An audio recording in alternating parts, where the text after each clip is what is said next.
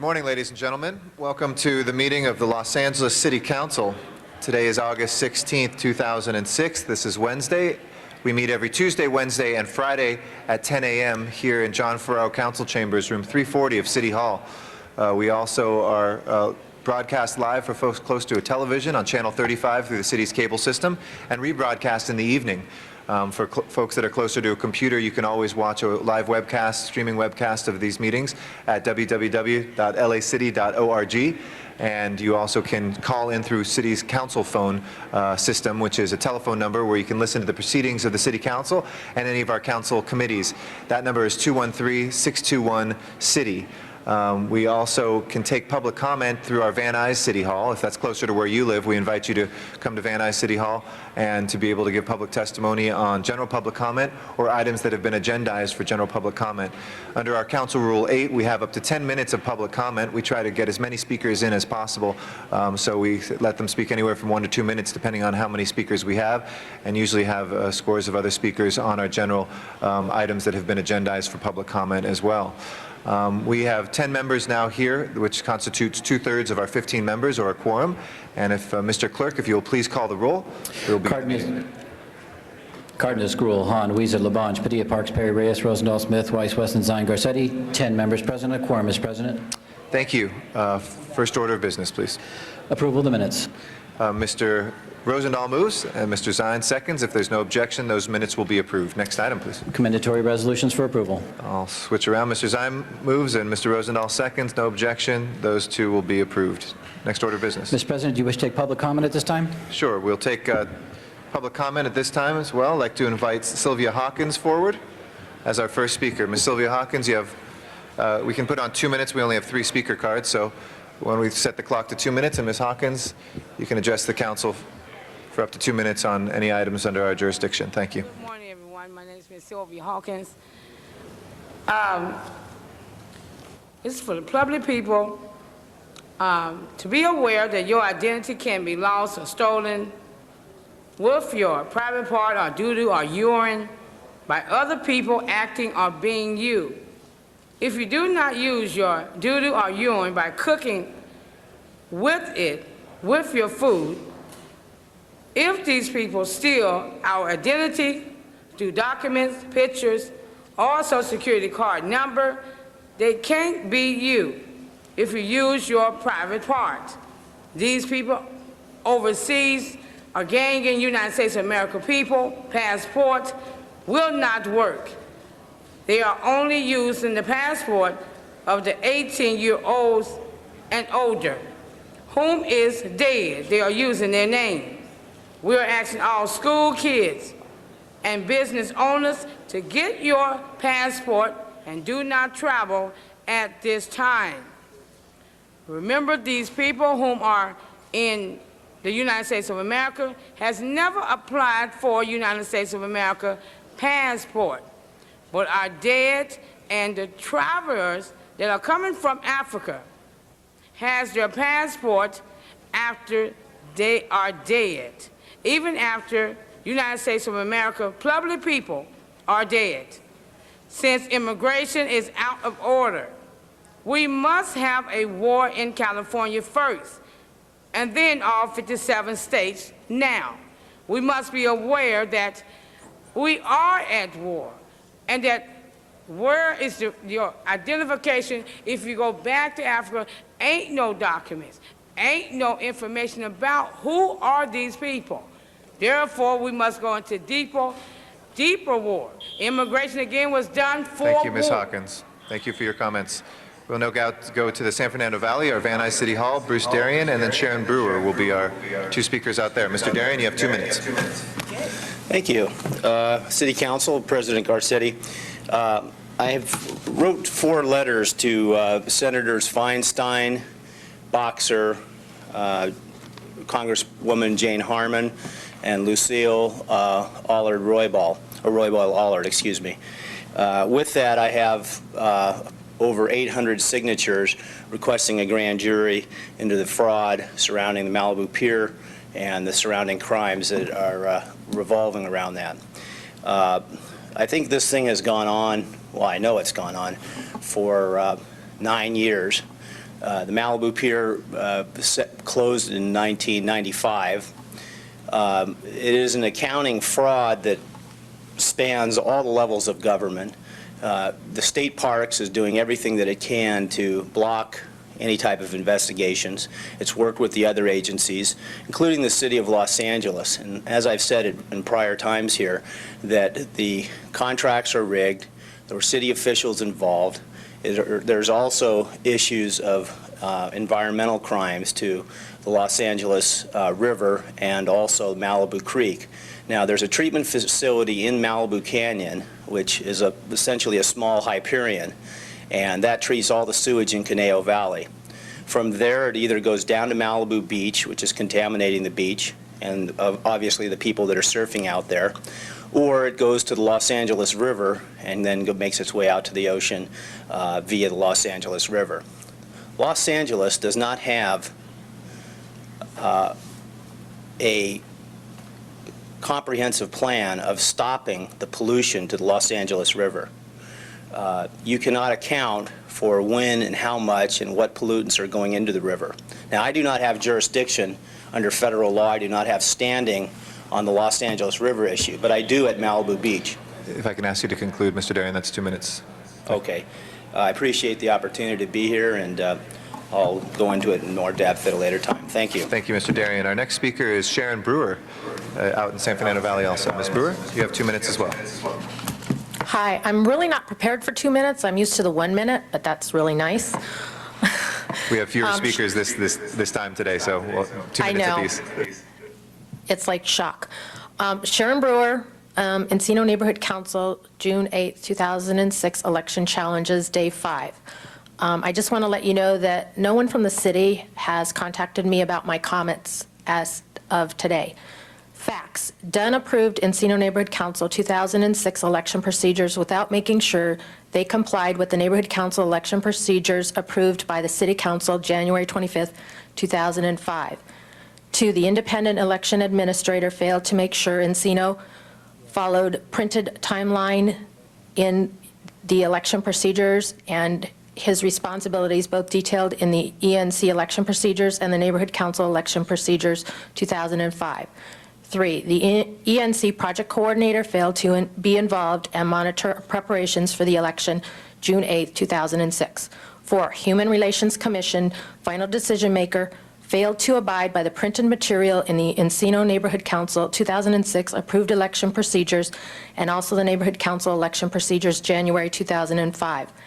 Question, did the Dunn person who approved Encino's election procedures, the IEA, chosen to oversee ENC election, the Dunn project coordinator, and especially the Human Relations Commission accurately read word for word and compare the ENC election procedures and the Neighborhood Council election procedures approved by the City Council January 2005 to check on the violations mentioned in the ENC June 8, 2006 election challenges?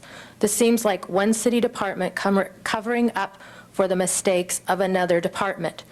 Remember Dunn's involvement regarding Woodland Hills Warner Center June 20th election postponement because of possible election challenges, yet Encino violated printed election procedures and Human Relations Commission ignores. Thank you, Ms. Brewer. If I can ask you to wrap up. Thank you. Thank you very much. Marilyn White-Siddell is here for public comment. Welcome, Ms. White-Siddell. Good morning. I'm Marilyn White-Siddell. I live at 4334 Camellia Avenue, Studio City. I'm here to ask each and every one of you to support the appeal on item number 25. I couldn't bring the elderly that live around me. They can't make it here, but everybody in my neighborhood in Colfax Meadows sincerely wishes that you all support that appeal. Thank you. Thank you very much. Is any more general public comment? We have one more last card for general public comment. Our last speaker will be Tut Hayes for 2 minutes. Mr. Hayes, if you'd like to come forward.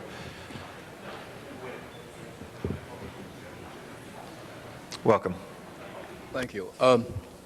Fortunately, many of the men's restrooms now have coat hooks. Some of them still do have coat hooks in the stalls. Now, I know you don't use the public restrooms, so you're not aware of this. but I've been asking to have coat hooks installed for 3 years. You can understand when the weather's inclement, you have a raincoat or a heavy coat, you might want to take it off while you accommodate yourself. But you can't do that without lying your clothing on the floor, throwing it over the door.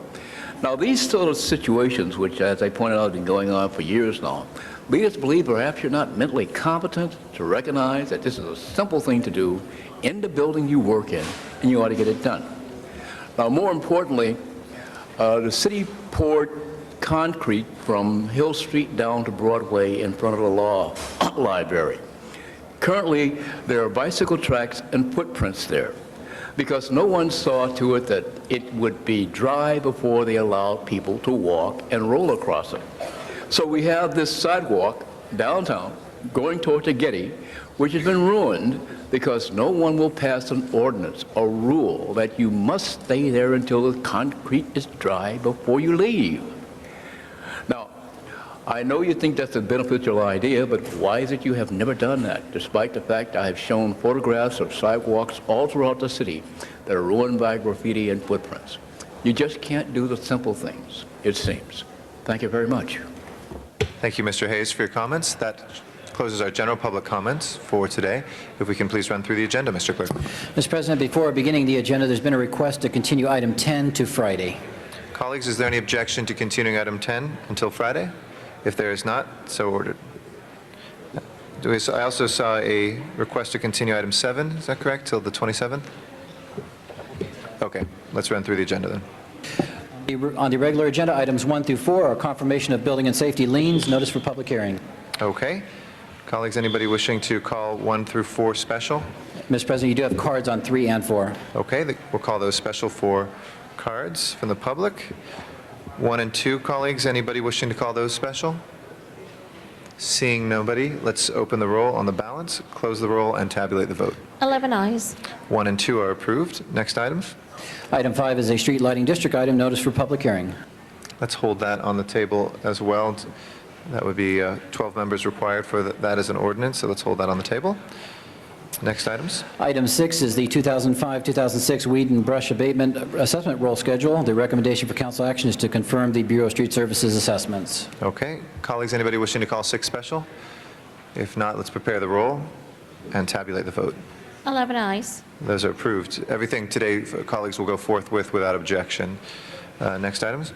Item 7 is an appeal of a zoning administrative decision, and the applicant consents to a continuance to September 27th. Okay. If there's no objection to continuing item number 7, colleagues, so ordered. Next items.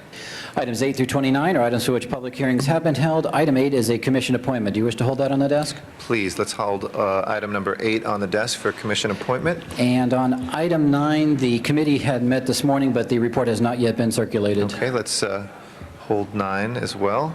And on item 28, a motion is required inasmuch as the recommendations were submitted without recommendation. Okay, let's get specials first. 11 for Mr. Labange, Ms. Han. 15 for Ms. Han. 25 for Ms. Gruhl. 28, Mr. Labange. I will call 19 special with item 29, both of those. Any other specials, colleagues? 19 and 29, I'll call special. If there's no other special items, can we open the roll on the balance? That's 12 through 14, 16 through 18, 20 through 24, and 26 and 27. Close the roll and tabulate the vote. 11 ayes. Those are approved. Next items, please. Items 30 through 40 are items for which public hearings have not been held. 10 votes are required for consideration. Okay, we have cards on 41 and 42, so we'll... Actually, are we not that's the there? next Yeah, section. Okay. We will then, for items 30 through 40, open and close the public hearings. Are there any specials, colleagues, items 30 through 40? Any special items, colleagues, again? Seeing none, let's open the roll, close the roll, and tabulate the vote. 11 ayes. Those are approved. Next items, please. Items 41 and 42 are the closed session items. You wish to hold those on the desk? Yes, let's hold those on the desk. Just, have public hearings been held on those? Yes, they have. They have been, okay. On one of them, on 42. Okay, we do have cards on 41 as well. Next items, please. That would take you back to the items called special. Do you wish to take the commission appointment this time? Yes, let's take that first. Item 8 is the appointment of Ms. Josephine Ramirez to the Cultural Affairs Commission. Okay, Ms. Ramirez, if you'd like to come forward to the table right here. And I'd like to recognize the Chair of our Arts Parks Committee, Mr. Labange, to open our discussion. Thank you, Ms. Ramirez. Good morning, and I think that Josephine Ramirez is one of the great persons of our city, and her art background will greatly contribute to it. I thank Mayor Villaraigosa for appointing her, and if you could just express your passion and what you're going to do to help this city in cultural affairs and arts. Well, I'll tell you what I told the mayor when we talked about this appointment. This is my second commitment to the Cultural Affairs Department for the City of LA. I did it under Mayor Bradley. And what I'm most interested in is the mayor and I hope the council's commitment to re-examine the cultural facilities and through a new cultural master plan, and I intend to take leadership on that. Good. Well, we're going to look for your leadership, Josephine. We thank you. I ask for an aye vote. Any other colleagues wishing to be heard on this? If not, we want to thank you for putting yourself forward for service and open the roll, close the roll, and tabulate the vote. 11 eyes. Congratulations again. That is approved. Next item, please. Item 3 was called special for a card from the public. Okay. Item number 3, I'd like to ask Soledad Sotres Garcia to come forward on item number 3. You have 2 minutes to address the council. Welcome. This is for the special Oh, initiative? it was for special 3? Yes, I am. Okay, then I will move that. This is for regular item number 3, so I Thank will you. make sure when that comes up. Is anybody from the public who'd like to be heard on regular item number 3? If not, we'll open and close that public hearing. Any colleagues wishing to call this special? If not, let's open the roll, close the roll, and tabulate the vote. 12 eyes. That is approved. Next item, please. Item 4 was called special for a card from the public. Okay. Wendell Smith, if you'd like to come forward on item number 4, please. I have 2 minutes to address the public, to address the council and the public as well. Welcome. Good afternoon. I'm here representing 1909 Carmen Avenue, the pending lien of... Could you raise the microphone up a little bit, sir, so we can hear you better? Thank you. Thank you. Yeah. The pending lien of $14,363.66. I did provide 2 sets of documents to the council members. In lieu of this, let me just introduce the owners. The owners of 1909 Carmen have been owners of the public area of Carmen Avenue and surrounding businesses since 1944. They have a vested interest in this area. The public nuisance appearance from LA County that was served on them was prior or after the demolition proceedings started on this potential rental low-income area housing.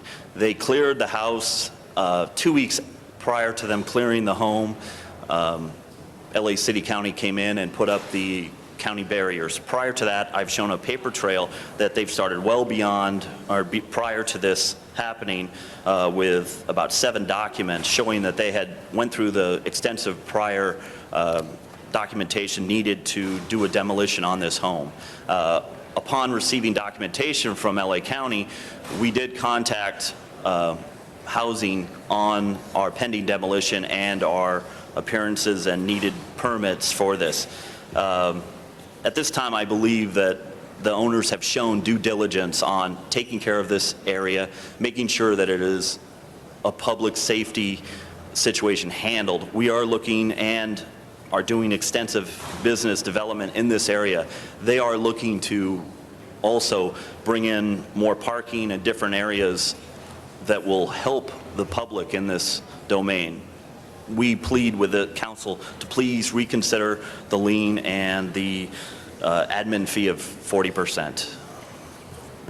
Thank you very much for your public comment on item number 4. Mr. Labange. Safety here on this item? Yes. Just coming to the table right now. Okay.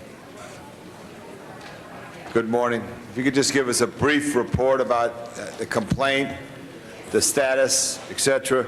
And also, Mr. President, would I hope one day that we could have ITA be able to them to slip a little disc in, and they could show the photos, which are, you know, exhibits of what are the challenges the city faced and the community faced. If you'd like to arrange that in the future, ITA has done that, so we'll be happy to do that. Thank you. Our office received a complaint from the public of a vacant structure that was graffitied and had debris, trash and debris, on the 3rd of October. On the 5th of October, we posted the abate notice, and we mailed the abate notice on the 6th, and have in the file signed document, or signed certified mail receipts from the owner of the property. Then we did not hear, were not contacted by the property owner, and the work was done the first week in November to abate the property. Thank you very much. Mr. Labange, anything else? No? Okay. We can please open the roll on the item, close the roll, and tabulate the vote. 12 ayes. That is approved. Next item, please. Item 5 was being held for 12 members, and you do now have 12. Okay. Anybody wishing to be heard on item 5? Not. Let's open the roll, close the roll, and tabulate the vote. 12 ayes. It's approved. Next item, please. Item 9, the committee report still has not come through. Do you wish to hold that on the desk? Sure, let's hold 9 on the desk, and we'll go to the next item. Item 11 was called special by Councilmember Labange. Mr. Labange, we have item number 11 before us. Hold on one second. Let's make sure your microphone's on. Mr. Labange, okay, go ahead. This item on the city staff here, when there's a change in contract, and if city staff is here, could go to the table.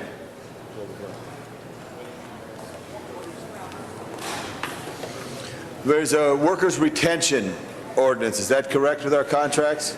Linda Barth with Department of Recreation and Parks. Yes, it's correct. Okay, and how many, when a new operator comes in, how many members could he claim that his family working him in a city-owned facility contracted by Rec and Parks? You mean the new incoming operator is going to be employing family members to participate in the operation? Right. There's not a particular limit. Do they have to pay livable wage to their family members? That is correct. Every employee has to So be paid the living wage. They may have family members who are working in management positions that the living wage does Well, how not do you comply to. decipher on that? Because I was at this particular restaurant, and I was listening to some of the old workers who've been there many, many years, including this great cook and others. I didn't talk to the cook, but I talked to others, and they were fearful that when this contract gets assigned to somebody else, they would outright lose their jobs only based on the fact that this person would identify, these people are my family members. Well, according to the legislation, all employees have to be offered positions with a new operator. In our experience, there have been situations in which a new operator coming in doesn't need all of the staff members, and they in fact are not required to hire every single person if they do not need them. I think our goal is to make sure, and certainly the goal of the legislation is to make sure that every current employee has an opportunity to transition, to work for the new operator, look for another job, or make their decisions according to their personal needs. And that's what we would be working with the concessionaire to make sure that happened, and we have every belief it will. Will you work with the employees too? Will you meet with the employees? Absolutely. Okay, so as long as you meet with the employees, meet with the new concessionaire, meet with the former concessionaire, make sure that everybody has the information on the table. Absolutely. Okay, thank you, Mr. President. Thank you, Mr. Labange. Anybody else wishing to be heard on this item? If not, let's open the roll on this, close the roll, and tabulate the vote. 13 ayes. That is approved. Next item, please. Item 15 was called special by Councilmember Hahn. Ms. Hahn, item 15. Yes. Thank you, Mr. President. Hi, Mr. President. How's it going? Colleagues, this is very similar to what my colleague Bill Rosendahl did a couple weeks ago for a Safe Passage program. And this is a unique situation at Jordan High School. Kids are not going to high school because they're afraid. They're afraid to walk from Jordan Downs to Jordan High School. And we know that if you're going to learn, if you're going to graduate, you have to go to school. And why in the world should we have violence and the threat of gangs be an obstacle for kids going to high school. And this doesn't happen everywhere in the city of Los Angeles, but it does happen in places where there is a threat of gang violence. Last January, in 31 days, we had 19 gang-related shootings, 7 homicides just in the community of Watts. So Pastor Mike Cummings has a program called Safe Passages, and he relies on volunteers to show up, put on a yellow jacket, and help kids walk to and from school every day. Actually try to thwart gang members who would harass, threaten, rob, and really put a lot of fear in these kids walking to and from school. I want this program to be full-time. I want us to find some money so that we can fund this program, so we can actually pay a stipend to the parents and the volunteers, so we can count on people showing up every day, making sure these kids can go to high school safely every day. So I was going to ask Greg if you wanted to just come to the table and give me some assurance that we can find some money somewhere to fund this program. And as we know, school starts in September. I would like this program to be fully funded because there are a lot of reasons kids don't graduate from high school. There are a lot of reasons kids don't learn. There are a lot of reasons kids have a hard time doing their homework. But we should at least remove the obstacle that they can't walk to school safely. So give me some thinking on how we're going to find this money to fund this program in Watts. Greg Dimmitt for the Community Development Department. We take this issue very seriously, just as seriously as you do, and we have a number of financial sources for the LA Bridges program, and we will look very seriously to find the money for this. Do you think we're going to find this money in time to begin funding them for the start of school? We'll try very seriously. I know in cooperation with the mayor's office, we're looking to do a reprogramming about in September, and we'll make every effort to find the money for this program. Because I think we need to fund this at the start of school, because there's still gang violence happening. A lot of these kids are still afraid. We agree. And let's help them get to school. Yes. Thank you. Thank you, colleagues. Thank you very much, Ms. Hahn. There are no further speakers in the queue. Mr. Clerk, would you please open the roll, close the roll, tabulate the vote. 13 ayes. Next item. Thank you. Item 19 was called special by Councilmember Garcetti. And I believe there's been a request to take items 19 and 29 together, please. Mr. Garcetti? Thank you very much, Madam President, and thank you for taking these together as well. Item 19, colleague, and 29 are both building on what we talked about yesterday, ways that the Excuse people me, in Los Mr. Angeles- Garcetti, if I could ask the people in the chamber to please lower their voices or take their conversations outside in the hallway. It's very difficult to hear the speakers. Thank you very much, Madam President. This is continuing how this city can go green. As Mr. Smith has so diligently worked on our landfilling in this city and ways of looking at alternate ways of looking at waste, colleagues, 40% of all the waste that winds up in a landfill comes from construction, from the building of our houses, from the building of our office buildings, from the building of our factories. A full 40% of everything that's in a landfill comes from construction. There's been a movement throughout this country, and in the city of Los Angeles, we've been one of the leaders to go green, to do green building. The city of Los Angeles passed the largest LEED, which is the certification of a green building, LEED certified standard for all of our public buildings, our libraries, our police stations, our fire stations. In the city of Los Angeles, we are the largest city to do so 3 years ago. We made history, and a lot of cities have followed suit. Now we're looking and encouraging the home builder, the apartment builder, the average Angelino to go green. It makes sense long-term because you save money on your energy costs and on your construction, but also saves us all money because we put less into our landfills and does the right thing for our environment and the right thing for each one of us as well.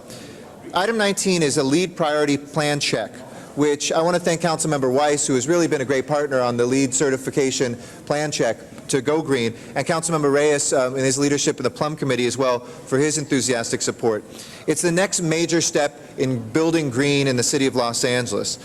We are recognizing that the private sector is really taking the lead here. In fact, next year we hope to welcome somewhere around 20,000 convention visitors who will come to learn how to build green, to see the latest technology. Sometimes the newest technology is quite old. In fact, here in the city of Los Angeles, the reason that downtown doesn't go north, south, east, west is because the original settlers of the Pueblo knew that if they skewed it at a 45% angle, it was better for ventilation, it was better for lighting, it kept it cool in the summer, and it kept it warmer in the winter.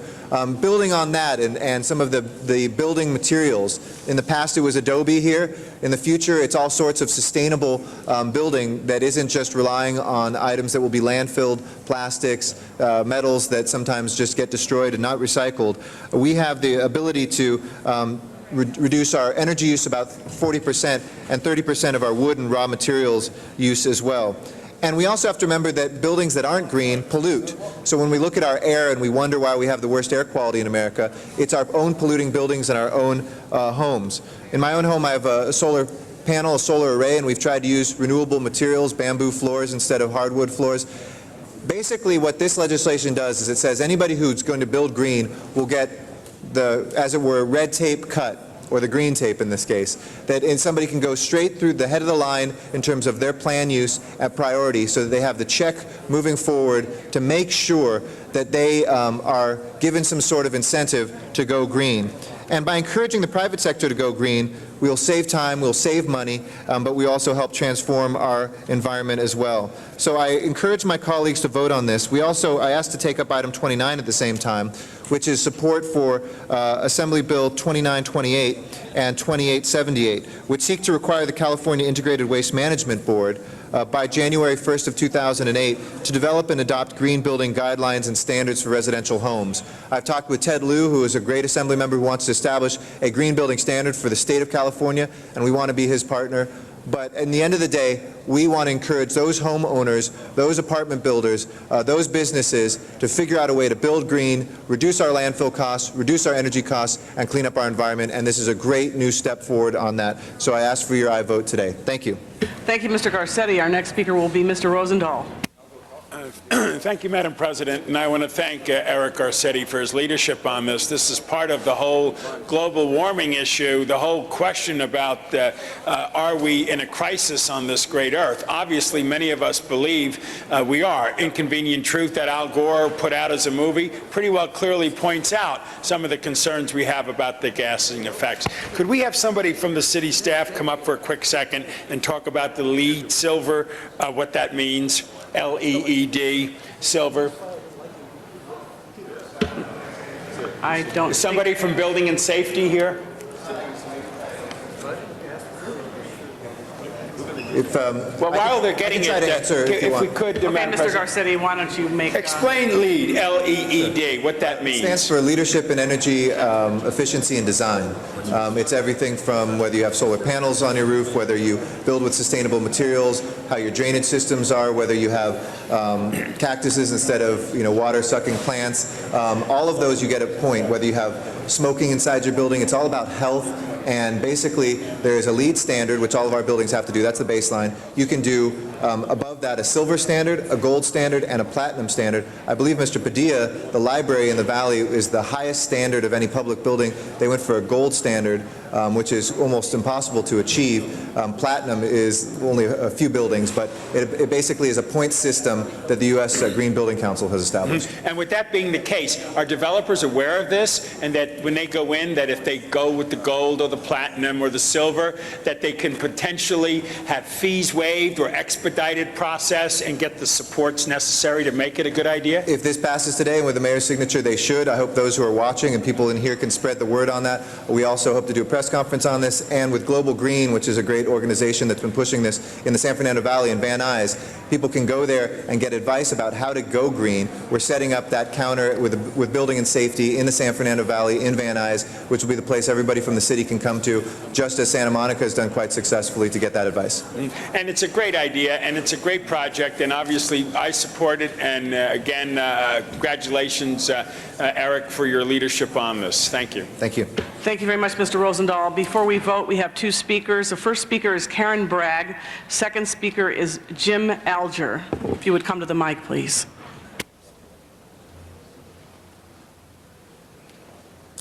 Hi, my name is Karen Bragg. I am an architect. I work with Living Homes, and I'm a co-chair on the AIA Committee on the Environment. And so my name is Karen Bragg. I work with Living Homes, and I'm an architect, and I'm a co-chair on the AIA Committee on the Environment. And I'm here to support this measure, and this is very exciting to the local design and architecture and engineering community. We think this is a great first step to for the city to encourage the private sector to build green.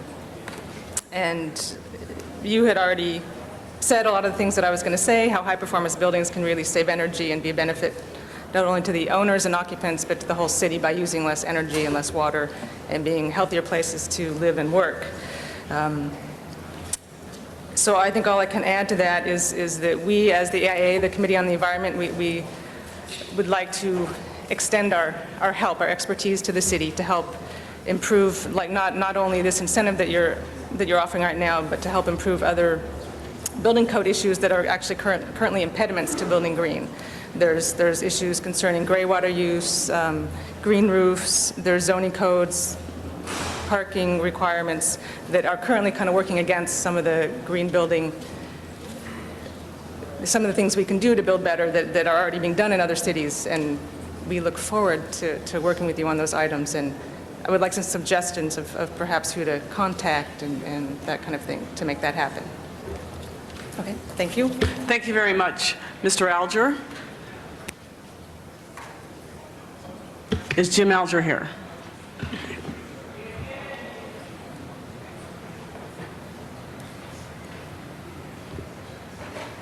I had actually put in a card for item number 9. Okay.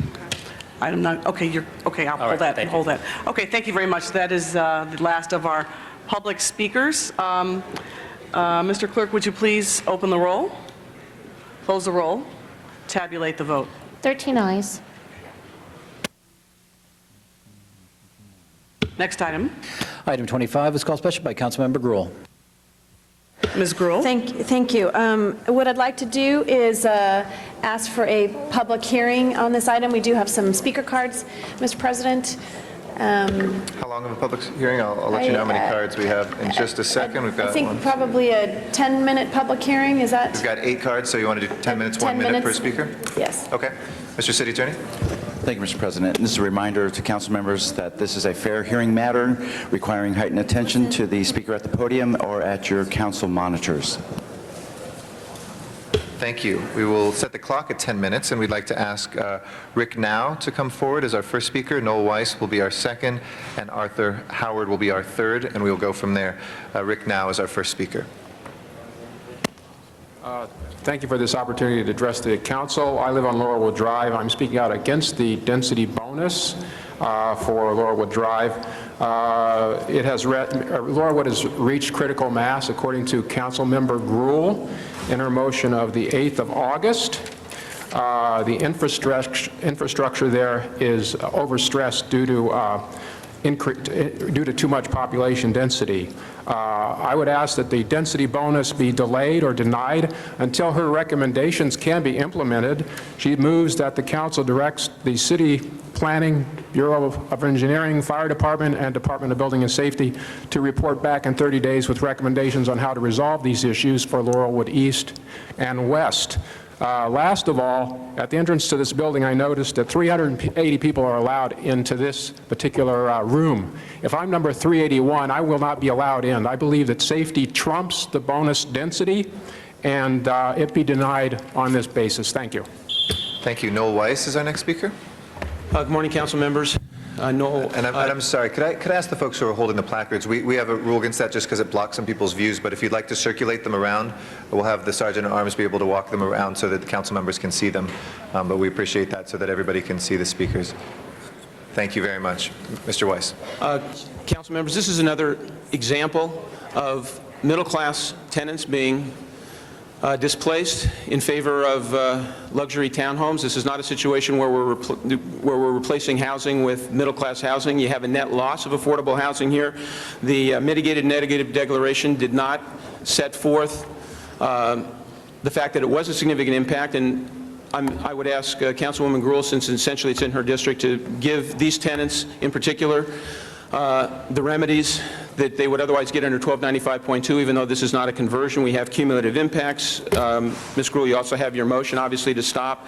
And you do have the discretion, I believe, to give these tenants basically a little bit more money relative because of the situation, because of the circumstances that they confront. And I would just ask that you exercise your discretion, basically giving them the benefit of a little bit more than the $3,300, the difference between the formula and 1295.2, the difference between the market rate and the rent control rate for 1 year. Thank you. Arthur Howard is our next speaker, and then Lisa Sarkin and Barbara Monahan Burke.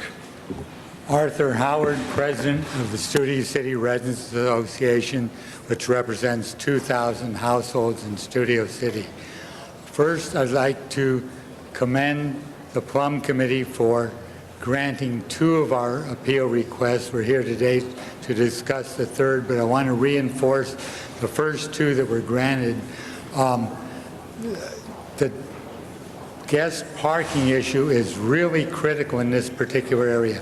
All of my appeal ties into the uniqueness of this area, the maps that are not out to show you. Typically, Los Angeles is composed of parallel streets roughly perpendicular to each other.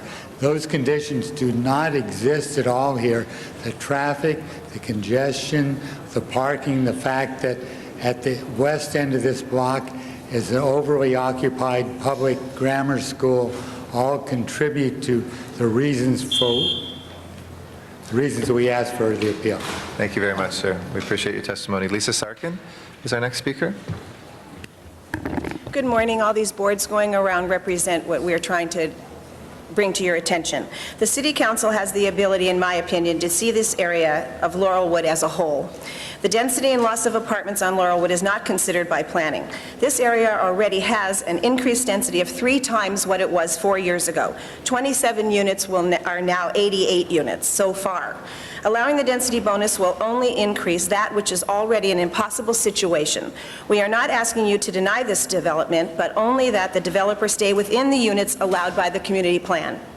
The question arises about the bus routes along Ventura Boulevard. I actually personally use these buses. Yes, there is a rapid bus on Ventura Boulevard, but it does not stop at Carpenter. The 150 and the 240 buses do not stop at Carpenter every 15 minutes for each way, 2 of the 3 hours between 4 and 7 p.m. It should be brought up, it might be brought up by the developer that Colfax is also a bus stop that could be considered. There too, it does not have 15 minutes. Oh.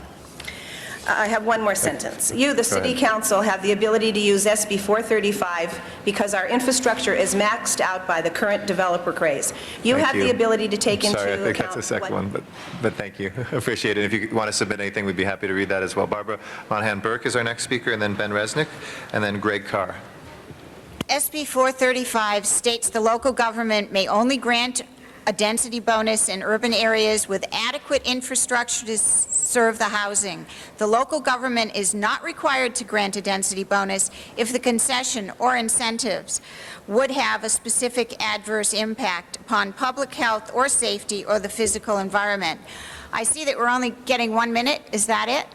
Wow, this is about a 2.5-minute speech. I'm really sorry. I handed it out to all of the members. I'm going to do the 2 closing parts of it, which I really need to. We're already beyond our sewer capacity, and it's explained to every one of you in my writings.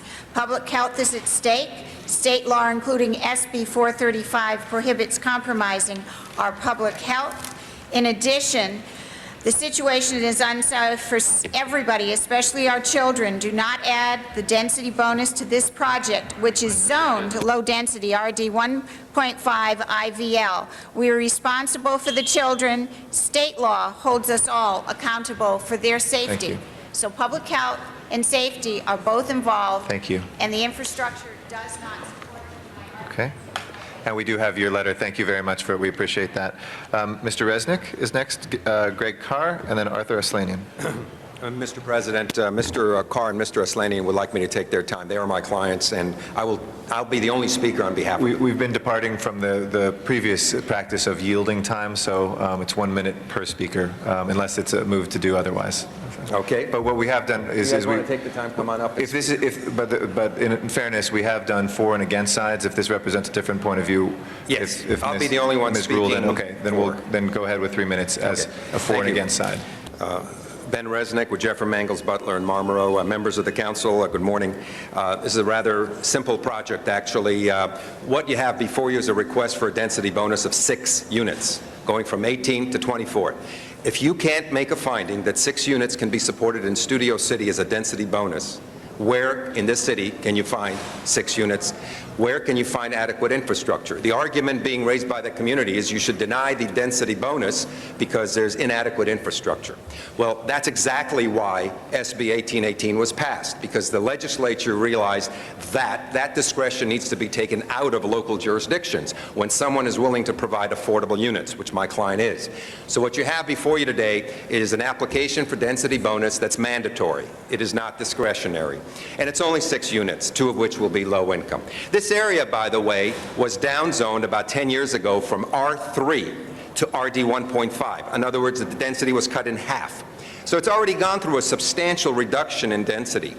It is in a transit corridor, notwithstanding the prior speaker's comments. The staff has made that finding. To date, we've had multiple public hearings. The advisory agency has approved this project. The South Valley Area Planning Commission has approved this project. And your own Plum Committee a week ago reviewed it, added some requirements, and approved the project. So I ask you today to move the Plum Committee report and proceed with this project.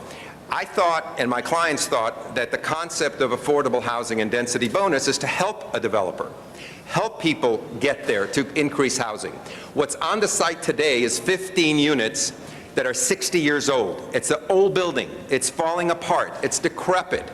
That's not the kind of affordable housing I would think we'd want. That building should be torn down. In its place, 24 new units would be built that are ownership units with affordability included. And so you have a perfect package here, ideally suited. And under both state law, which mandates this approval, under your own city municipal code, which allows us to have 35% density bonus, this project must be approved. And so I ask you to ignore pretty much the arguments being made, because the state law requires that if you're going to deny an affordable housing application for density bonus, there must be, quote, substantial evidence in the record to support an adverse impact on health and safety, end quote. There's no substantial evidence of adverse impacts on health and safety. In fact, your environmental review section issued a mitigated neg deck indicating that all environmental impacts have been mitigated. Thank you. Thank you. We had 7 minutes of arguments on against side, 3 minutes on the for side. This project, Ms. Gruhl, would you? Thank you very much, Mr. President, and thank you to the Residents Association and the members of the community that came today. Obviously, as you can tell, this is a complicated issue and relates a lot to what we've been talking about on condo conversions and the loss of affordable housing, particularly in some of my communities, Studio City and Valley Village, Sherman Oaks and Valley Glen. As mentioned, the appeal by the Studio City Residents Association is based on 3 separate grounds: inadequate guest parking, inappropriate vacation of the public right-of-way, and the inappropriate granting of a 35% density bonus. The first 2 grounds that were appealed actually were approved by the Plum Committee a few weeks ago. The committee recommends a 2.5 parking spaces per unit instead of the 2.25 spaces provided by the advisory agency, and the right-of-way dedication was denied as well. As you've heard, the appellants are still pursuing the density bonus issue, the most complicated part of this. I'd like to have staff, if they could, sitting here, come up to the table. And with all due respect, if you look at Studio City and affordability, it's not the kind of affordable housing we know in the rest of the city that we'd like to see built necessarily. So it is within that context.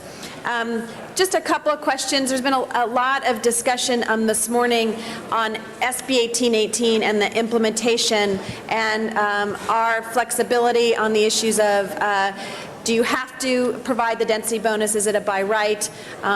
Issues that are before you. And, excuse me, there was an issue whether it was 17 or 18 units in which we were determining the density bonus would go above that. If you could respond to those couple questions. I have a few more and hold my time. Thank you.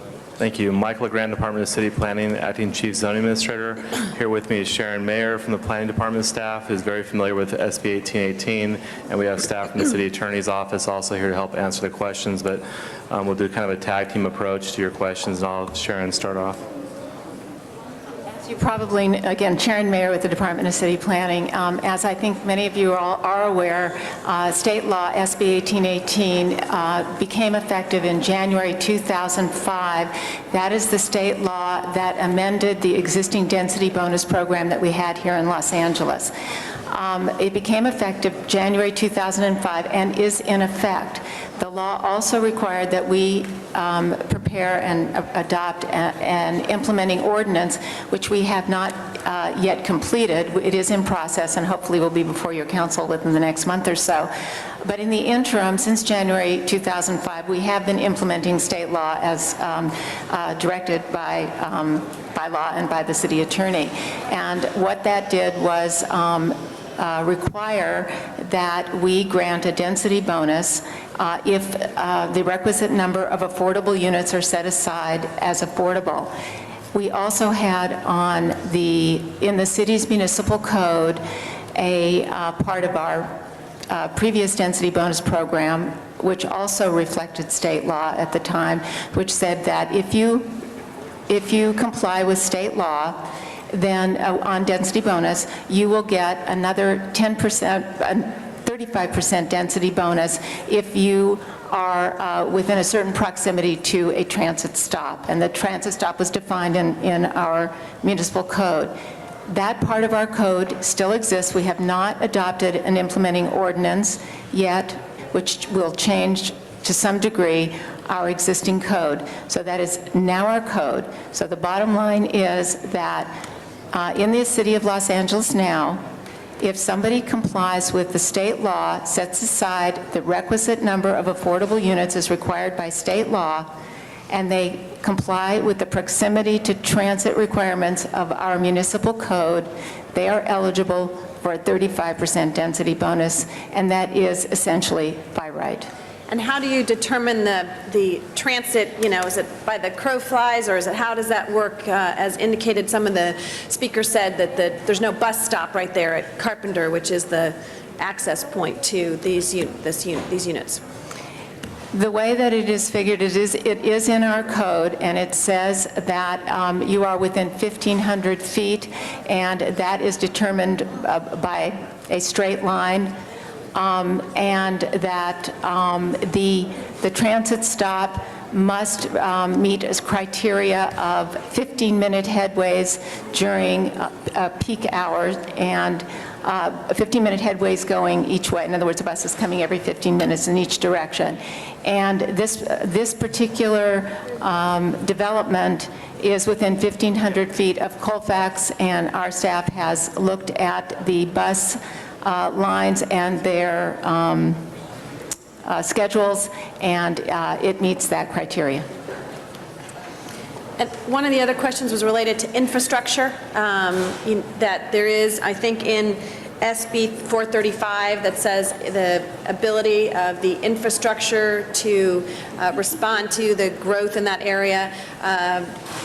Did you look at that as you were approving this project, the density bonus? Yes, Michael LeGrand, City Planning. We did take the infrastructure into consideration as part of the track map process. We had the Department of Building and Safety, Bureau of Engineering report on this project, as well as the Department of Transportation. After some of the concerns that were raised at the hearing, we even went back to the Department of Transportation and had them evaluate this project's traffic issues and have them look to see if the traffic study is required. We looked at the number of trips from this project, the number of credits from the prior project, and even determined that there was no impact and a traffic study was not even required for this project.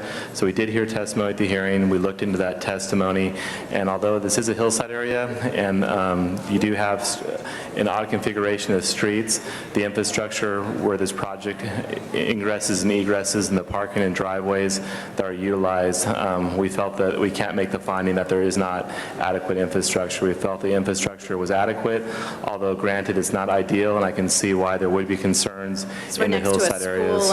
And Correct. Carpenter School is down the street. And the sewer, I mean, that was the other, we have some sewer issues there, and in fact, up on Radford, not far from there, we have to have some, can't remember what it's called that we have there that is located. Was that looked at as well? Yeah, the Bureau of Engineering looks at the sewer connectivity and also the improvements and the street improvements in terms of the cul-de-sac being improved there. They have to basically take any sort of water runoff coming down from the neighboring streets that come to this property to the roadway in a non-erosive manner. So normally what we see is when new development goes in this area, that any type of infrastructure improvements related to water runoff or sewers or stability improve from the new development, that there'll actually be a significant improvement because the infrastructure updates that are done. If there's existing conditions in the area outside of this development, it'd be too far reaching for this development to really address those. But the Bureau of Engineering and Department of Building and Safety do the clearance part of this project after all the entitlements are done. When they come in for building permits, would basically review the more detailed sewer plans and drainage plans. There was also an issue raised about the relocation benefits and so forth. Is that something that you consider in the approval process? Did they? Yeah, many times at our hearings, we hear of displacement, especially during rent-controlled buildings. The city, as you know, does have relocation benefits in the municipal code in place, and this project has to comply with those. In terms of heightened relocation, one of the speakers had asked for additional monetary compensation. Those are private party matters that we don't address. There's been accusations regarding the mitigated negative declaration on this project, and from a staff standpoint, I feel it adequately addresses any environmental effects to a less than significant level, and those are all mitigated through conditions imposed on the project. And we don't look at the socioeconomic conditions as part of CEQA. We really look at the physical environment, and though I do believe the council has adopted some recent motions, and they're looking at ordinances to address that, and you've been spearheading many of those, Councilwomen.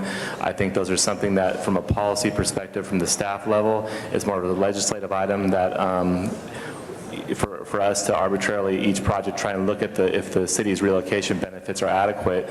It's not something at a staff level that we do.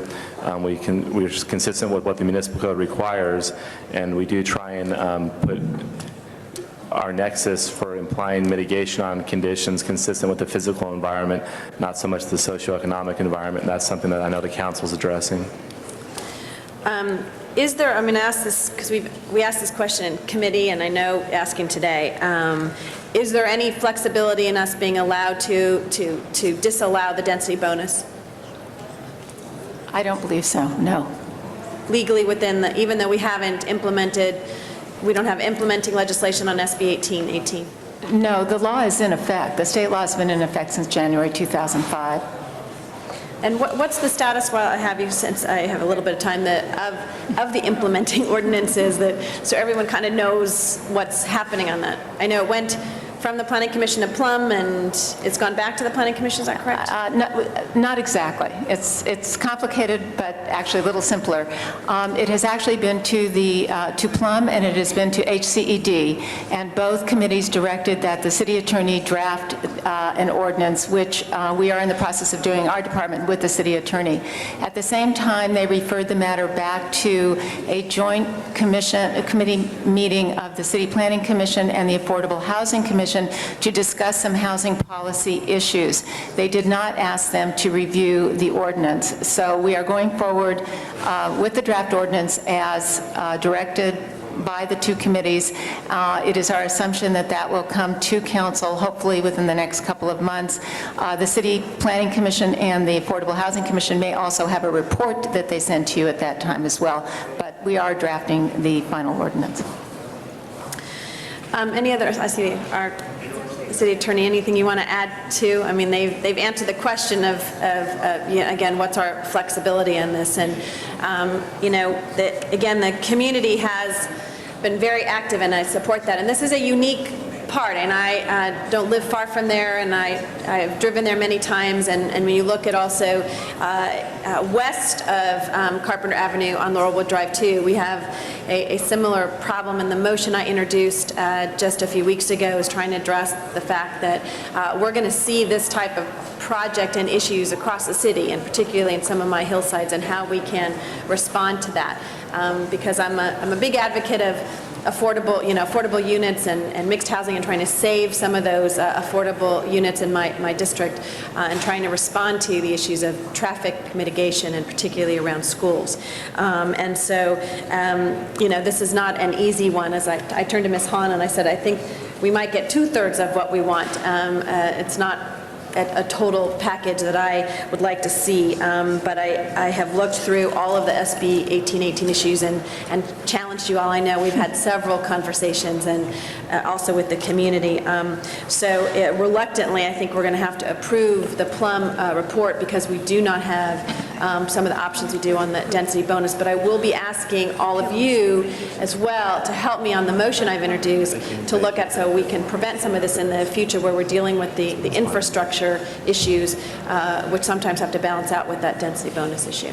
Is there We do have supplemental findings we could add, consistent with the Plums action and the direction you're going today, to add to the record of the city clerk.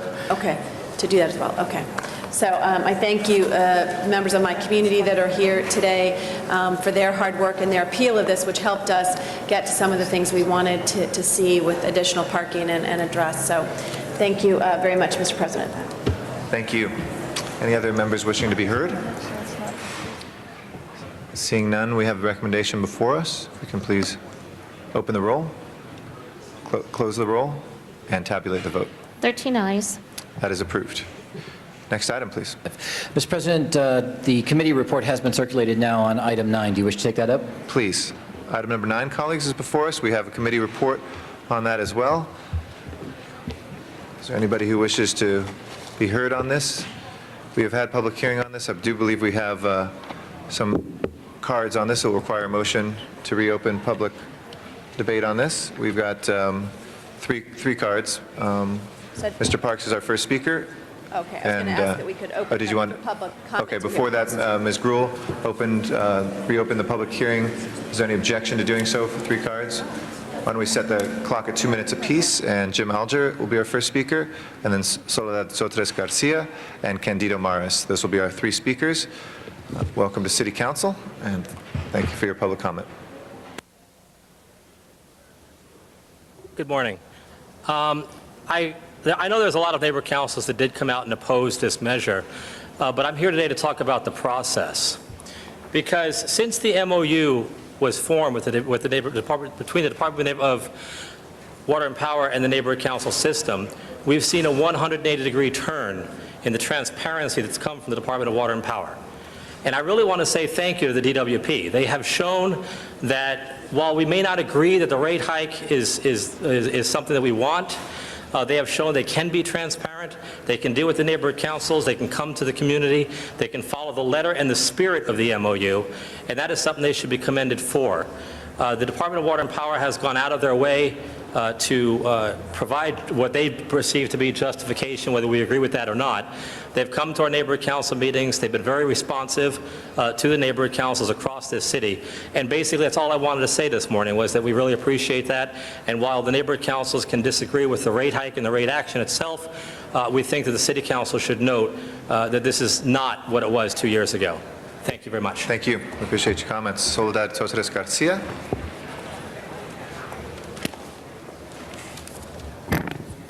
Good morning. I am Chair of the Neighborhood Council DWP MOU Oversight Committee, representing 47 neighborhood councils. The Oversight Committee recommended, along with Barrington Wellesley Group, to WP relative to the energy cost adjustment, and we ask that the council approve the cost adjustment, which will bring additional income to DWP and thereby lower ratepayers' cost. I too would like to express our appreciation of DWP's extensive community outreach. on its then proposed budget. They came to the neighborhoods well in advance of any budget coming before the commission or the council. We approve of this and continue to look forward to a good working relationship with the DWP and with you. Thank you very much. Thank you very much. Appreciate your comments. Our last speaker on this is Candido Maris. Good morning, Mr. President, council members. Candido Maris, Vice President of the Van Nuys Neighborhood Council and a member of the Oversight Committee on the MOU with DWP. I, too, want to thank the department for their ability and their willingness to get out in the community and allow us to hear the facts. They've been very cordial, they've been very responsive, and so I want to thank them for doing that. But I still have a question. I still ask them to have accountability and transparency when it comes to their procurement, the waste that is taking place there. I don't feel that we're ready for the increase. As long as they haven't audited themselves, if they haven't taken a look at their purchasing. We just found out last week about another contract where there was overbilling with over $3 million. They've done a great job of outreach to the neighborhood councils. I thank them for that. But again, let's take a look at the purchasing department, then we can talk. Thank you very much, Mr. Maris. That's our last speaker card on the reopened public hearing. Our first speaker is Mr. Parks, and then Mr. Smith and Ms. Perry. Mr. Parks? I'm sorry, Mr. Parks. Actually, under council rules, precedence would go to the committee chair first. Ms. Perry, do you want to open? Okay, and then we'll go to you, Mr. Parks. Okay, thank you very much, Mr. President. This did go to committee for the second time this morning. Ms. Gruhl and I spent a Saturday afternoon out in the San Fernando Valley and in South Los Angeles at the Constituent Services Center on 85th and Vermont to augment what the department had done in terms of doing outreach, and I am pleased that response has been affirmative from the public speakers today, that the department has done a good job in reaching out and educating people on this increase, and I encourage all stakeholders, not only the elected officials, but those listening and those who participated in this process to continue to be vigilant as we move forward in expanding our renewables portfolio and its impact, hopefully in an affirmative way on rate structuring. Thank you very much. Mr. Parks is our next speaker. Thank you, Mr. President. Mr. Deaton, I just had a couple of questions, but I gave you a preview, so it should be an open book test. I'd just like to have you walk through a couple of things that was unclear to me. When I looked at the new ordinance, it appeared to create an approval cycle that's somewhat different than what the charter says as it relates to the commission basically recommends a rate increase, the council approves it, but it appears in the ordinance that the option is that the commission now recommends if the council doesn't 245 it, or if they do not take some action in that 30-day notice, that the council does not get the approval cycle. Could you explain? Sure. Actually, this is returning the ECAF back to the way it was, and it is the way that purchase water is handled currently. Basically, it's when the cost increases or decreases, then the commission is authorized by the council under the ordinance, the mayor and the council under the ordinance, to make those adjustments up and down. And so they have to, the chief financial officer for the department will present to the commission that in fact the cost of natural gas has gone up or has gone down, and when that happens, then they'll be authorized to make that change. That's exactly the way it's always been. It's the way it is with purchase water. There is one wrinkle on this that appears to be a little something different, but really I don't believe is that in order to, if you will, put a lid on any increase so it isn't a customer bill shock on natural gas. As you recall, last year it went from roughly $5 to almost $15, that we have allowed for a cap of how much it can increase in any one quarter. And then that goes on, and that's also a commission issue, but that does not, if it doesn't go up, then the commission doesn't need to cap it. And that's something we just added to the rate process, or to the determination of the cost. So short order, the system is the way it has always been. We have the additional wrinkle on this one holding down the bill shock, which is an additional thing, and that was something we added in order to alleviate any problems the customer might have. Okay. One thing I was going to ask you also, in some of the material we received earlier, and I don't see it in the committee report, but one of the things that concerned me early on was that, is the 7% transfer fee a part of this quarterly assessment? Well, it just acknowledges that the transfer for power is 7%, which it has been for the last 3 or 4 or 5 years. It does not, the transfer continues to have the same rules as it always had, which is that it's 7% of gross sales so long as it does not exceed net income. Okay. So those rules are exactly the same and remain the same. Okay, but those rules are the same, but we're not including paying for the 7% in these incremental increases. I believe the 7%, if natural gas prices went up, 7% would be included in that. That's included in whatever increases our gross revenue, 7% is included as a potential for a transfer. It is limited by the fact that if we don't have net income to that amount, we can't pay it. But those rules, those are the same rules. Okay. So what you're saying, whatever drives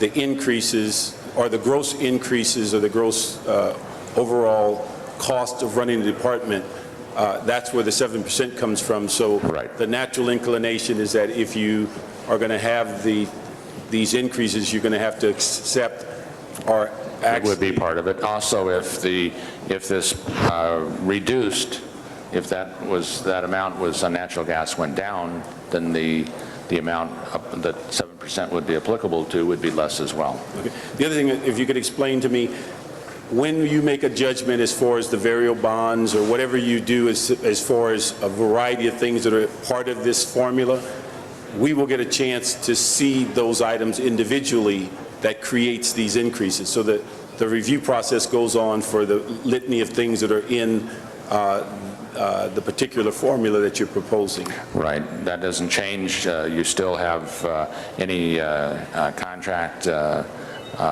like the one you approved yesterday has to come before the council, and also the council has implemented which this particular rate increase is the first one that it's been applicable to, is the outside review. That will continue as well. So I believe every year you will get whether we have a proposal before you or not, you'll get a review by an outside third party of all the issues, financial issues. Okay, but the key, if you can clarify for me, all the things that are part of the formula that you list are part of the pass-throughs, they will come individually to the council when you make the judgment to increase them, so that we'll see. No, when natural gas goes up on a quarterly basis, then the commission will be authorized to make a change in that natural gas. Any bonds or purchase of use of bonds for borrowing money has to come to the council. Okay, and then if we decommission something, or if we buy new portfolios, those come to the council. So we know we're driving up the gross costs. Yes. Okay. The other issue, you gave us a figure as what you expect will be increased as far as natural gas for 06, 07, and 07, 08. Do you have the figures of what we used as budgeted, and also what was the ultimate cost for 05, 06, and 04, 05, or what we budgeted and then what we spent? Okay. Yeah, budgeted for the current fiscal year is $540 million, and then for next fiscal year, 575. Our budgeted's 560, projected's 575. Take a step back on 2 previous years. What did we budget, and did we stay within the budget? I can go back maybe a year. My memory serves me correct. We were budgeting around $5 or so, $5.50 per million British thermal unit for the cost of gas. It jumped up And I think in the current year budget, it may be close to $100 million more than what we had anticipated. Okay, so for this year, do we expect a similar increase, or do you think it's bottomed out or leveled out in any fashion? Yeah, it's hard to tell. The market has been very volatile. As Mr. Deaton had mentioned, it went from some $5.50 up to $15 in December of last year. We do have the ordinance that was approved by this council to allow us to hedge our exposure financially to natural gas price volatility, which we have done successfully. And we have also and are continuing to pursue renewable energy that will also help us hedge our natural gas exposure and a very aggressive demand-side management program that will also help. Okay. In addition to that, Councilman, we do have assets where we have purchased assets, gas in the ground, and that's providing a good stability of stable flow of natural gas into the city at a fixed cost, roughly in the $5 to $5.50 a million BTU. We're also procuring and looking for additional potential investments in buying gas in the ground to stabilize the price on the market. Basically, we have and will continue to, either through direct purchases or hedging on the marketplace, to stabilize and reduce the cost of natural gas. But even given that, there's in this last year that went up so much that we were barely able to absorb it. We do not anticipate that happening this coming year to that extreme. The numbers you see in the future that we have chosen to use for the natural gas are actually the dollar amounts that if you go into the marketplace you can hedge for. So it's the market's view of what the natural gas prices are going to be a year from now or 2 years from now. If I thought I could do that better, I would just do that. Okay. Let me just ask you, on the renewable portfolio, we had a discussion yesterday. We have somewhat asked you to stay within a range as we go forward on the cost. What is your expectation if the state law is passed? Is that put that range out of reach, or it goes well beyond what we've asked you to stay within? I believe as it relates to the renewables, we're in the range of generation costs between 7 and 9 cents. One of the things that it's driven up a little bit lately is a lot of the competition for these resources is very high. As we understand on solar rooftop, SB1 will require us to do subsidies on rooftops, but I don't think those subsidies will change our basic economics at this stage, and we have no problem with them. Okay. Then the other issue I was asking, it looks like our outreach, and although several compliments about coming to the neighborhood councils, did we consider on something as significant as this to put information on our billing to tell people about these meetings?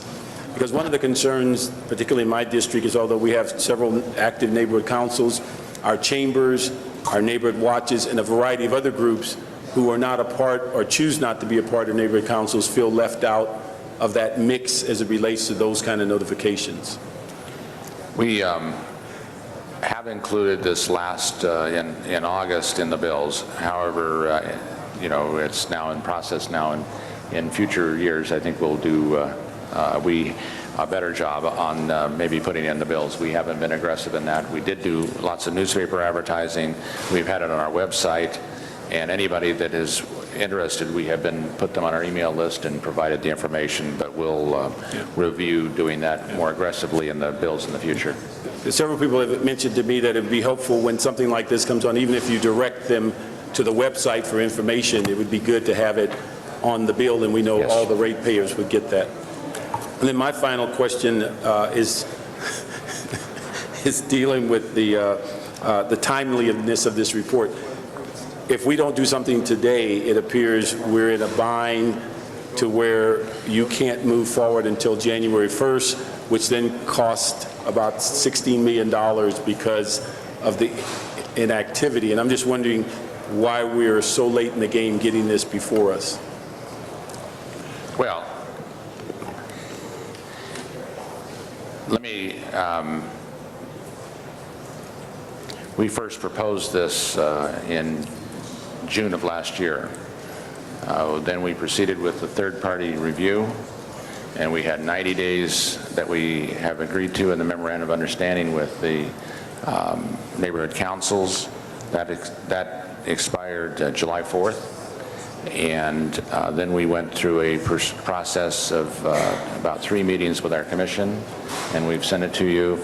As you know, in order to be effective October 1st, the mayor and council has to approve it, and then 30 days later it becomes effective. This week's the last week before in August, so if that's kind of where we are. Thank you. Thank you, Mr. Parks. Our next speaker is Mr. Smith. Thank you. Mr. Deaton, question for you. I'm reading the file here, and I can't ascertain the time frame that this will take effect and how long will it last. I see the start date October of this year. How long does this file allow you to do this? Until it's changed. Until it's changed. In other words, what By we're an action suggesting... of the commission or by action of the council? Well, the commission, what this is if you will, enabling rate ordinance that says to the commission that as the cost of natural gas fluctuates on a quarterly basis, they make modifications to the amount of money that's passed on. This is exactly the same situation that we have in purchase water. When we buy water from Metropolitan Water District, and the price is X, then the next quarter's bill is adjusted for X. If the next quarter it's Y, then it's adjusted. And that has been going on for the last 30 years. Yeah. ECAF, which this is a renewal of that, was frozen about 10 years ago. We're now suggesting it be unfrozen and would continue until such time as there's some reason. But as long as the energy markets are as volatile as they are now, you know, it was a period of time in this last decade that when we were hedging, we were talking about nickels. We're now talking dollars and large numbers of dollars. And so, you have an energy market that's very, very fluctuating. Why was the ECFA frozen? Was it 96, 97, when it was? Why was it frozen at that point? At the time, it was an element of a comprehensive action plan to address deregulation, and the idea was to freeze our electric rates and reduce our cost structure significantly, which we did through a number of actions, raise revenues to the extent we could in any other way that we possibly could using DWP's assets, and take whatever extra money that we generated and use that to pay down what was then considered to be stranded generation debt. And there was about $4 billion of that debt that was outstanding at the time.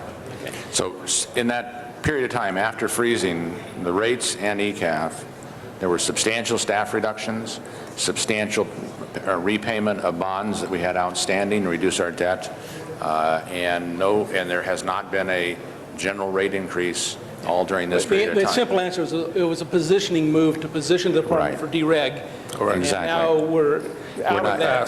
Pass dereg. Yeah. And so this would then set the tone for the future. Exactly. But what's still missing, I think, as an element is that as we did the audit on the rate increase, which is not this, but on the rate increase, there was a number of issues that were brought up about efficiencies that need to be addressed to keep that rate lower. And I think the commission has addressed some of those issues, and the department is addressing those issues to try and lower the projected rate increase over the coming years. What are we doing to project out how we could reduce the energy cost, this adjustment cost, in years out? We've been very aggressive in, as said before, we have purchased assets. We purchased natural gas rights in Wyoming. We are looking for other sources at a low price to stabilize the cost. We have been very aggressive in hedging. We've come back to the council for a change in the ordinance to allow us to go longer periods of time and for more hedging. And we will continue to do those things. And in fact, as Robert indicated, the budget last year, we spent $100 million more than we had anticipated. That is with 75% of our natural gas hedged. We had it, either we had purchased, as of July 1st, of that year that the cost went up so much, we had just signed on purchasing the Wyoming property. And even with all those things, with relatively minimal exposure, our costs went up that much. And we will continue to be aggressive in that and do not intend to back off that at all. In our purchase agreements, do we have fixed costs that are adjustable to the market rate, or are they float with an average? Right now, the one in Wyoming is a fixed amount. In fact, For what time frame? we have been able to do more drilling, and it appears we're actually going to lower the cost because we're going to, in the short term, be able to get more gas, and we have a fixed purchase cost. So the more gas you get, the more the per million BTUs cost is less. Does a fixed purchase adjustment then only apply to any amount over the 550 baseline? Well, basically, or is it a the blended provision rate? here is that if the amount of, if natural gas prices slip below 550, we'll be passing those savings on as well. Yeah.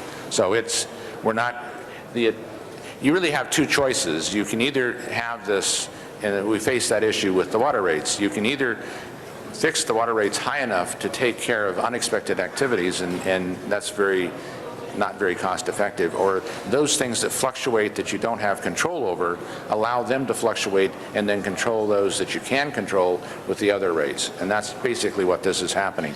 And for a long period of time, natural gas prices were more in the category, they're not fluctuating and they were fine. Then it changed. The recent spike, yeah. Just when I got there. Two other comments very quickly on the issue of efficiency. As you know, we had an integrated resource plan that was approved by the council back in 2000 that authorized us to go and repower our power plants that were highly inefficient.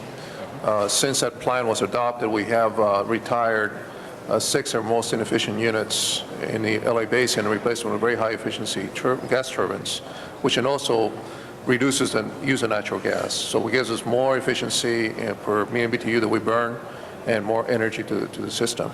The second thing that we do is also we constantly check the market to determine what's the opportune time to take advantage of the market as well.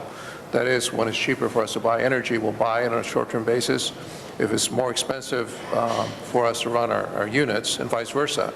If our units are available and it's cheaper for us to run them on an all-in cost, then we'll run them accordingly. So we have another mechanism to continue to reduce and maintain the energy at the lowest cost possible at all times. So there's a number of tools that we have implemented and continue to implement going forward to make sure that we optimize the expenditures that the department makes for the city.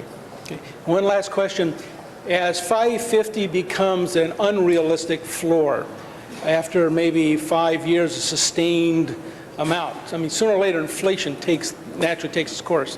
United States, we had the gold price fixed at $35 an ounce for 40, 50 years, and now it's $660 an ounce once it's been unfrozen. So you set an artificial low that says we're always going to be adding this amount. At what point do you analyze that, or do we have to do that? Well, we'll analyze it annually, and also, given your motion, I guess you will be too. Yeah. Because there'll be a third-party look at this. Actually, the Barrington Wellesley firm looked at this issue and actually had recommended that we proceed with this as well. So they looked at that. And I would anticipate that would be an annual occurrence. And I think that the value of that has been visibility, and I think that we've all benefited from more visibility in this whole process, and I think that should continue. And I think what I'm going to do, Members of Council, I'm going to support this today, but I'm going to bring back a motion on Friday that asks that we take an annual or biannual look at this rate to see if it needs to continue, or if we need to adjust permanently and then put it back into the ratepayers as a rate adjustment rather than an ongoing surcharge. I think we need to have that availability, because some point in time, 550 becomes historically impossible to ever achieve again. Right. And we need to have that process. We don't have that. So just like my motion we did a couple years ago on the analysis, economic analysis, I think we need to make that kind of analysis at some point on the market, volatility of the marketplace, and where it fits in our pricing structure. So I'll be bringing that motion in Friday, and we'll take a look at that as a separate item. And thank you very much. Thank you, Mr. Smith. Mr. Labange is our next speaker. Thank you, Mr. Smith. Real briefly, Mr. Deaton, I don't know if you know that on the 18th of, or thereabouts, or 20th of October, I'm going to be asking that we have an infrastructure report, you know, because we want to help support infrastructure, not just in water and power, which provides the great light that we all need in the city, and power and the water, but other issues too. But what Mr. Smith said, you asked for a biannual report. Was that what Mr. Smith asked for? That's on the cost of gas, yeah. Yeah, I or think, how it fits into the, I think into that's the rate extremely structure. important that we have some kind of report, because the last time electrical rates were raised, was Ronald Reagan in the White House? It was 12 years ago. 12 years ago. Well, what's the math there, huh? It was before or after? 92? 93. 93 was in January, before the 21st of January. Whatever the case may be, you know, we all of a sudden you turn around. Just like the other day, Animal Services came in. They wanted to raise the adoption for rabbits, and I was concerned, you know, because I still want children to be able to, you know, if they want to adopt a rabbit, but they told me about other problems because it had been so long. The same thing through is with your power and your cost, and make sure that we become the great, dependable, high-quality water, Department of Water and Power, that all those who sat in the chairs where you sat before, and I'm not pointing at you, I'm patting you, continue that goal so that we could do that. And I think this helps you reach that goal. Thank you, Mr. President, and thank you, Mr. Smith, for that suggestion. Thank you. Seeing no other speakers on the queue, Madam Clerk, open the roll, close the roll, tabulate the votes. 13 ayes. That item's been approved forthwith. Thank you. Next item. Item 28 was called special by Councilmember Labange. Thank you very much, members. This item was in committee. I tossed and turned on it, and I just request that we reject the proposal and ask Recreation and Parks send out for bids again on a very important activity at Griffith Park, the pony rides. Thank you. Mr. Labange, we do have cards. Do Right, you but want to the city attorney advised we don't need a public hearing. We had it in council committee. That's correct. Okay. So seeing no other speakers on the queue, the recommendation is to reject the recommendation. Is that correct, Mr. Labange? Yes. Okay. Reject and then request Recreation Parks to immediately begin the RFP process again and come back in a timely fashion. This has been going on since 1990, ladies and gentlemen. Thank you, Mr. Labange. Open the roll on the committee report, close the roll, tabulate the votes. 13 ayes. That item's been approved, the committee report. Thank you Actually, for all Madam being here. President, the motion that Mr. Labange was actually approved, which was to reject the contract and send it back to the Board of Rec and Park Commissioners and have them start the RFP process over. Okay, then that will be the order. Forthwith. Thank you. Next item? Madam President, that does leave the closed session items. There is still the special meeting. Do you wish to take that up? Yes, we'll go to the special agenda. Cardenas, Gruel, Hahn, Weezer, Labange, Padilla, Parks, Perry, Reyes, Rosendahl, Smith, Weiss, Weston, Zine, Garcetti, 13 members present and a quorum, Madam President. Thank you. Let's take item number 1. There are actually 3 items on the agenda, all for which public hearings have been held. Which public hearings have been held, is that correct? They have been held. Okay. Any specials, colleagues? 3. 1 and 3. Okay. Any other specials? I'd like to move the Budget and Finance report on number 2. Budget and Finance on number 2. Yeah. Okay. So item 2 is now before us. Budget and Finance. Madam Clerk, open the roll, close the roll, tabulate the votes. 12 ayes, 1 no. That item's been approved. Thank you. Thank you for the speakers that were here today. We did have the public hearing in committee. Mr. Clerk. That would take you back to item 1, which was called special by Councilmember Weiss. Thank you. Mr. Weiss? Colleagues, this is the long-awaited release of the RFP for LAPD in-car cameras, digital cameras. I'm tempted to say video, but it's digital cameras to record what happens when an officer, several instances, but basically when an officer flips on lights and sirens or when there is an individual in the back of the car being transported. The approval of this RFP is something that Mayor Villaraigosa has made a priority of his first year, that the department has made a priority, and I'm really pleased that everyone has come together including the CLA, Mr. Parks, and Mr. Cardenas, to allow this matter to proceed now so we can get the RFP out in the street and we can get responses in from different high-tech firms to make this a reality. This will be a pilot project. It will be implemented in approximately 300 black and whites in the southern part of the city. And and there has never been, let's be frank, there has never been a... Mr. Weiss, could you hold on a minute, please? If we could have everyone in the back who is speaking to take your conversations, please, outside. It's difficult for us to hear in the council chambers and on the sides, please. Thank you, Mr. Weiss. There's also never been, let's be frank, a digital camera program for a police department of this size. And 300 cars, while it seems big to other cities, is not a big number for the city of Los Angeles. But, you know, the issues are clear. The issues of bias in policing, whether that in fact occurs, is something that sociologists just have not been able to determine from the data that has been generated, but there's been enough heat generated on that topic in the communities that everyone has come together in support of this proposal. At the very first hearing that I held on this in the Public Safety Committee, we had support on this from representatives of the department, from the civil rights community, and from the Police Protective League. That's a trifecta that you just don't often see. Everyone is in support of this, most particularly the cops themselves, because they know when you turn on the cameras, it's going to show in a 99.9% of the time ratio that they are doing their jobs properly. So let's approve this RFP today. It'll give the community confidence that the LAPD is doing its job well. It will provide assurance to those who are concerned by civil rights, about civil rights, possible civil rights violations by the police department, and it will certainly reduce the city's liability output when it comes to paying claims on people who claim they were mistreated by the police, but there's no video evidence one way or the other. I want to particularly thank Mr. Parks for the joint hearing that his committee held with my hearing the other day to push this matter out, and I want to thank Mr. Cardenas in particular. I don't know where he was in the chambers a moment ago.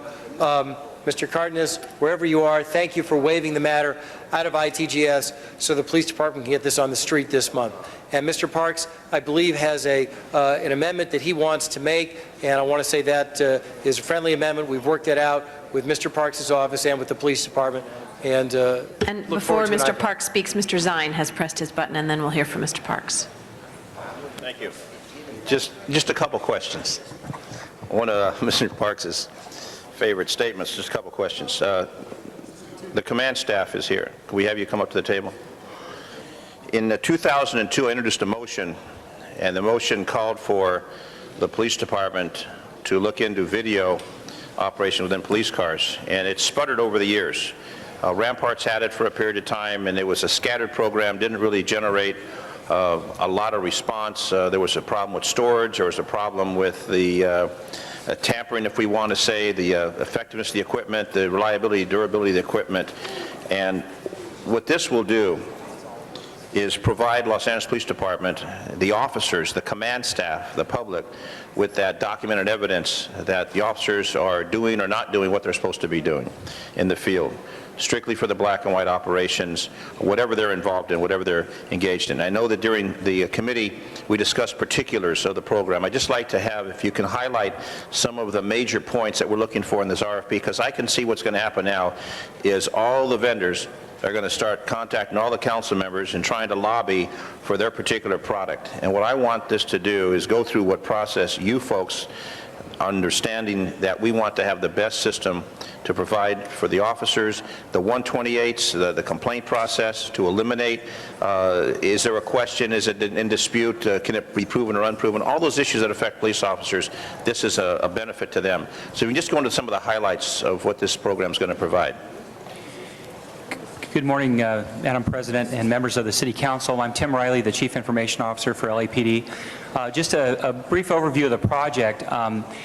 As Councilmember Weiss had pointed out, this is a pilot project to look at the viability of using in-car video, digital video, and audio for our officers in the field. This project we intend to deploy in the South Bureau, all 5 stations, providing that the funding, the available funding will support that, and have the ability to automate the process as much as possible. And that would be where we would have triggers in the cars that would automatically deploy the video. It might be the red lights, it could be the deployment of an airbag, et cetera. Also, once that video is captured, then we would automate the ability to upload that to a central server in the department wirelessly. And at each station, we would have the ability, when the officer pulls into the parking lot, to be able to take the video from their system, again in an automated fashion, and transmit that to a server where it can be stored, reviewed at a later date, retrieved, used as evidence in court, and also in the event that there's a personnel investigation, it could be reviewed as well. There's approximately 300 black and white vehicles in those 5 areas that we would be deploying this system on. And then once we get this system in place, is to evaluate how the system is effective and how it will hold up for the rest of the department. Tim, thank you. My staff just pulled the original motion. We started this August 2nd, 2002, seconded by Councilmember Cindy Miskowski. So it shows that it's taken 4 years, from August 2002 till August 2006, to get to this point where we're doing it. And I would hope, as technology changes, and we all recognize that phones change and iPods change, and it all changes, but whatever we come up with, I hope we don't have to wait 4 more years to have something in place. And while we put the 300 in, that's going to help that part of the city. The other parts of the city will come online down the road, and this technology changes how it's compatible with the new systems we're putting in the communities. Some of the housing areas, we have the new system going in to protection, and this constantly evolving field of video technology and digital technology, that we can stay up with that at the same time, not wait. And I'm not blaming you because you weren't here in 2002, and you weren't a commander in 2002, and I had more hair in 2002. But nevertheless, in 2002 was a whole different arena, and in 2006 it's different, and in 2008 it's going to be different. So we'd hope that when this RFP goes out, we can get it back in a timely fashion and start moving forward so we can get something in with the liability issues, the 128 issues, and all the issues, because I know the officers want this system. It benefits for all those categories that the consent decree addresses with the field officers. So there's a great benefit. The only detractor is the finances, but we're coming up with that to make sure that we can support this with the budget. So just if we can expedite and not rush it through, but get it done. And it's interesting that the original motion, again, goes back to August 2nd, 2002. Yeah, that's our intention, Councilmember, is to get this thing moving right away as soon as it's approved by you and members of the council. And then you have the vendors are going to be dealing with your operation or IT? How is that going to be done? We're going to have a group, a committee of both representative of operations, of ITA, of my bureau, Information and Communication Services Bureau. So we'll have a great group of very good city employees who will be working on this project. Okay, so we're not going to go to outside viewers. And then are we going to have any police officers involved? Anyone in the field that's, how's this going to work in the car when they come up with the different types of systems? Yes, sir. Okay, so everybody will be on the same page? Yes, sir. Okay, great, thank you. Councilman Parks, that was 2 questions. Thank you, Mr. Zine. Mr. Parks. Thank you very much. Having had some involvement with this process for a while, and I think it has been a lengthy process, but I think not from the lack of effort of LAPD, but really from the technology standpoint, it's probably slowed it down. Most of us realized early on that if we'd have stayed with the technology on videotapes, we'd have had to eventually build buildings just to house the videotapes. And so the digital technology gives us a chance to basically move forward. But one thing I think also is important for all of us to realize is that this is just one more tool. It doesn't get us out of the consent decree. It doesn't replace good supervision. It doesn't replace good tactics. It doesn't replace all the things that are in the consent decree. It's just one more tool for management to have. And so Madam Chair, I would just like to make one amendment to the committee report. And I think the language has been given to the clerk. The paragraph at the very end, the last couple of sentences start, the Budget and Finance Committee Chair asked, if we could move that to an instruction so that those technologies that are listed there can at least be evaluated to see if they can be a part of the system or if they're available as available technologies, at least for people to respond. If they're not available, then certainly they can respond. So that's what we want to make sure, that we do not have this system put in place and later find there's insufficient number of cameras, or that the GPS system would be important, but we didn't ask for it in the RFP, or that the smart car technology is available. But again, not saying we have to buy it all at one time. It's just that it's available and we know it's compatible with this system. Yeah. Turn me on over here. Am I on now? Am I? Mr. Weiss. Could you? All right. I appreciate that, and absolutely, I think I accept that amendment. I just want to make it clear that what we're not seeking by that instruction to bind the department that it must build the system that certain way. This just provides the option to get all those technological options before it, and then they will make a determination of what's the strongest and smartest bid. No, I agree, and I think what we want to make clear is, what we don't want is to buy something and later come back a year from now and say, oh, we'd like to get GPS, but we never asked for it, and we create a second system, or we want 3 more cameras, but this system only carries 2 cameras. I think that's what we want to make sure, that the options are left open so we get the full variety of what's out there in the technology. Exactly, and I think, and I take it as that, just it provides more options, and the department is happy to include that. Thank you, Mr. Weiss. Mr. LaBonge. Madam President, good morning. I just want to ask a question. What police agency in Southern California has the top-of-the-line car that we should have for all LAPD? Councilmember, you're referring to the smart car technology, license plate recognition, facial recognition, all that stuff. cameras. I mean, if you walked in here and you had no problem with the budget, you say, I want every LAPD officer to have this type of car. I mean, I think some of the smaller cities that have big shopping malls or auto malls have higher taxes in their, and they have more money to spend on their police cars. What is the model car, Commander? Hold my time, please.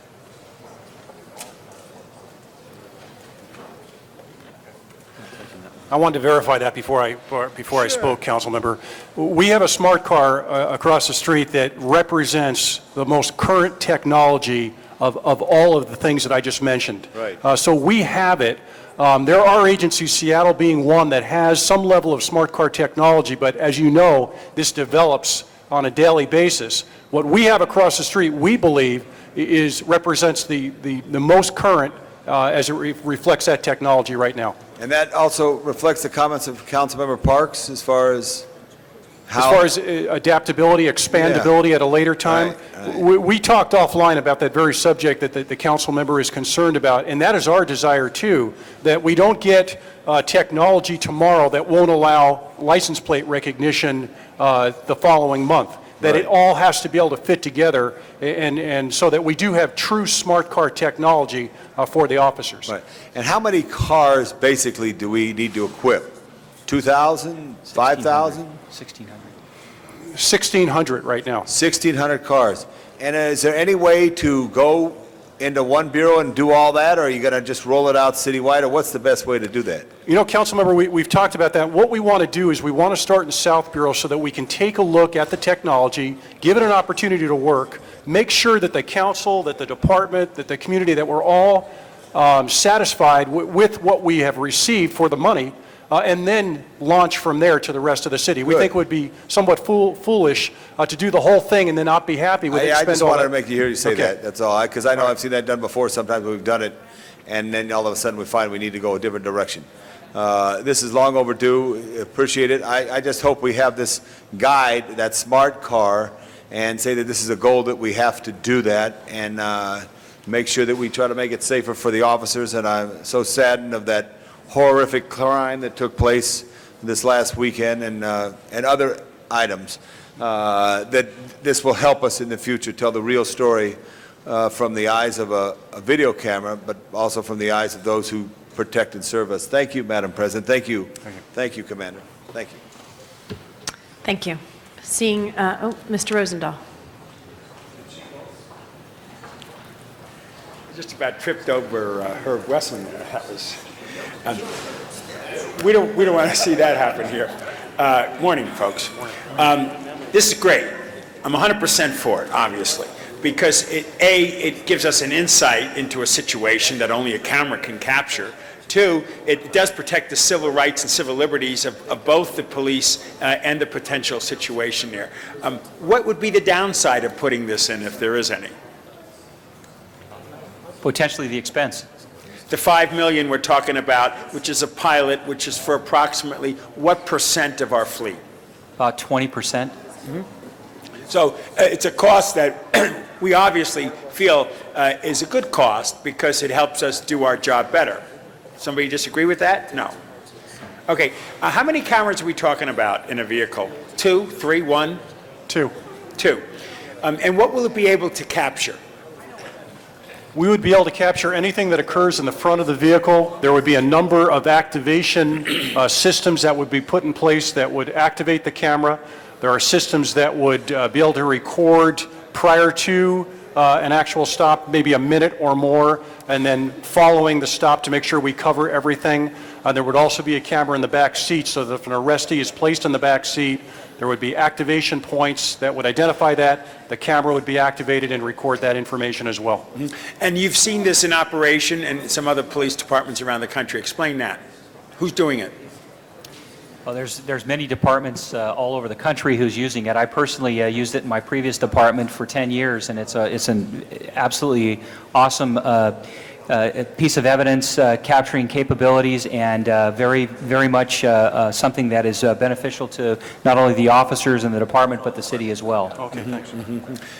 It's a no-brainer for me. Thanks for presenting it. I look forward to a unanimous vote among my colleagues and myself. Thank you very much. Thank you, Madam President. Thank you, Mr. Rosendahl. Seeing no other speakers on the queue, Madam Clerk, open the roll on this item, close the roll, tabulate the votes. 13 ayes. Item's been approved. Next item. Item 3 was called special by Councilmember Weiss.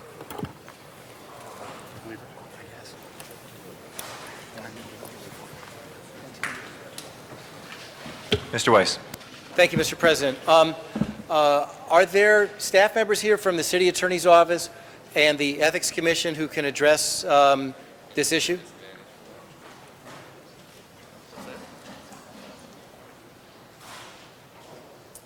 Would you hold my time while is there anyone here from the City Attorney's Office or the Ethics Commission on the Neighborhood Council issue? Okay, so why don't you have a seat and Number 3. yes, and you could roll my time back to. You put it back to 3 minutes. But we may need to ask questions of the Ethics Commission as well. So tell us who you are and what your assignment is and your involvement in the matter. Just so. Yeah, my name is Peter King. I'm with the City Attorney's Office, the Neighborhood Council Advice Division. Can you just give us a briefing in terms of what ethics rules and regulations apply to members of neighborhood councils, just as and give us a broad overview? Essentially, the city's ethics rules do not apply specifically, but state laws, the Political Reform Act applies to neighborhood councils. Government Code 1090, ethics rules related to contracting, applies to neighborhood councils. And all the other common law conflict of interest issues apply. And now with AB 1234, they're all being trained, as well as the other city officials, on these conflict of interest rules. And we're rolling out a training program specifically for them. When you say the city rules do not apply, what do you mean? Well, what I mean is many of the city ethics rules apply specifically to public officials, and they're not, in that respect, considered public officials the same way you are, or the same way an elected official is. So it's not a neat fit. Give me an example of the sorts of rules that do not apply, that are relevant to the conversation. like campaign-type rules. Gift rules?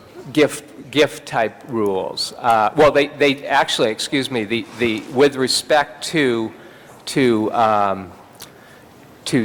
those type of, the Form 700s that we all fill out, they have been exempted from having to fill those out. However, they are still subject to those specific rules. It's just that we did not want to burden them with that. But some of the other... So they're subject to state law gift rules, but there is no requirement for them, for members of neighborhood council, to fill out state law forms which relate to gifts. Is that correct? Right, and you also said that there are some additional city rules and regulations relating to lobbyists and gifts from what are the interested parties. There's a term of art that's on the tip of my tongue that I don't have, but parties with business before, entities with business before the city, right, that do not apply to them?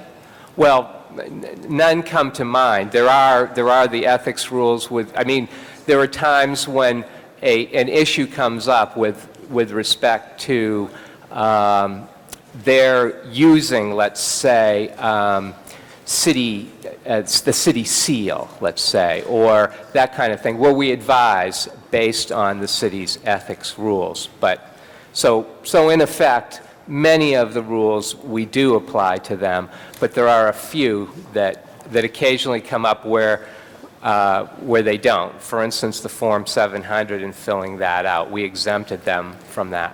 What rules apply that govern the relationship between neighborhood council members and lobbyists?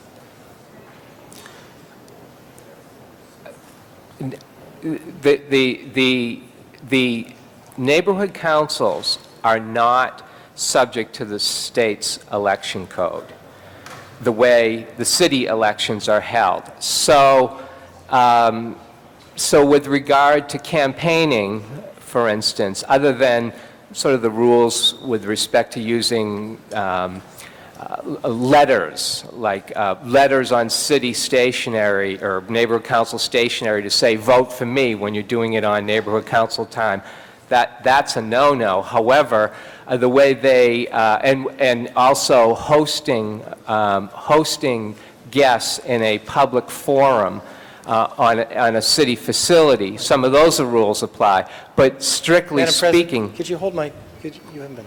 But strictly speaking, the state election code does not apply. They come up with their own election procedures, through their bylaws, and... But what, if any, rules apply to neighborhood council members that regulate or make transparent in any way any potential contacts between neighborhood council members and lobbyists? There aren't any rules in place that I know of at this point in time. And I'm perhaps not the best person in the office because I don't work in the public integrity division of our office, but so I don't, I'm not as responsive as I could be, but what I'm saying is that they do come up with their own election rules, and at this point, there's, to my mind, the whole lobbyists, they're not really strictly subject to those lobbyist rules. The reason I ask is because there have been instances that I've been made aware of in my own district where neighborhood councils that are in the district I represent have been lobbied by business interests. And I wasn't aware of any formal way for that to be, I wasn't aware of any regulations or any notification procedures for that. Are you? No, and it comes up a lot in the context of like developers and so forth as well with regard to planning issues that come before them. But strictly speaking, they're not decision makers. They're advisory bodies. So those rules don't strictly apply. Now, and you mentioned that they're advisory bodies. This is a matter that would, if approved, would allow some number of neighborhood councils to initiate city files. Are there other advisory bodies in the city that have the authority to initiate city council files? Not that I know of. Not in the way this is created, no. Okay. I'll push my button again and ask more questions. Thank you. Ms. Hahn. Thank you, Madam President. Actually, I'd like to open up public hearing right now because I understand there's a lot of people here that would great. like to speak, and then I'll speak. Thank you. Hold my time. Well, yes, we'll Or put it back start to 3, over. I promise. Start it Okay, we do have several cards on this item. I'd like to call the first 3, Soledad Garcia, Jason Lyon, and Jim Alger.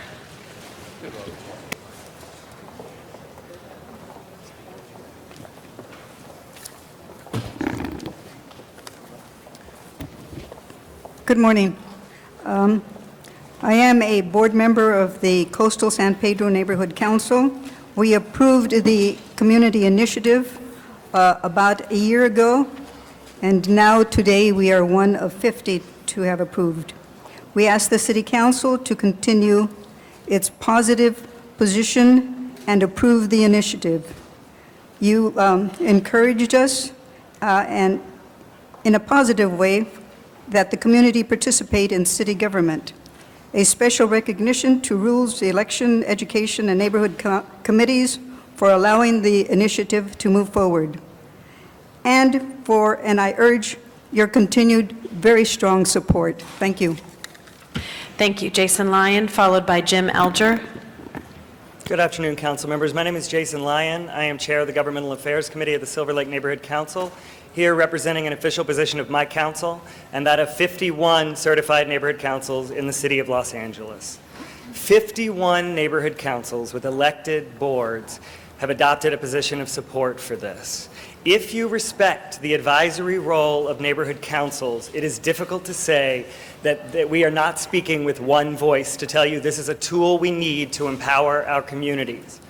But even if you don't respect 51 neighborhood councils, I would hope that you would respect the Board of Neighborhood Commissioners, which is the citizen body appointed to set policy regarding neighborhood councils, which has recommended to you that a total of 3 neighborhood councils coming together with recommendations be assigned a council file number and have their recommendation forwarded to the appropriate committee.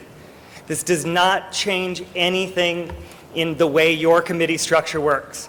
The committee chair still has the discretion whether and when to schedule the item and can choose not to schedule it if they feel it's not appropriate.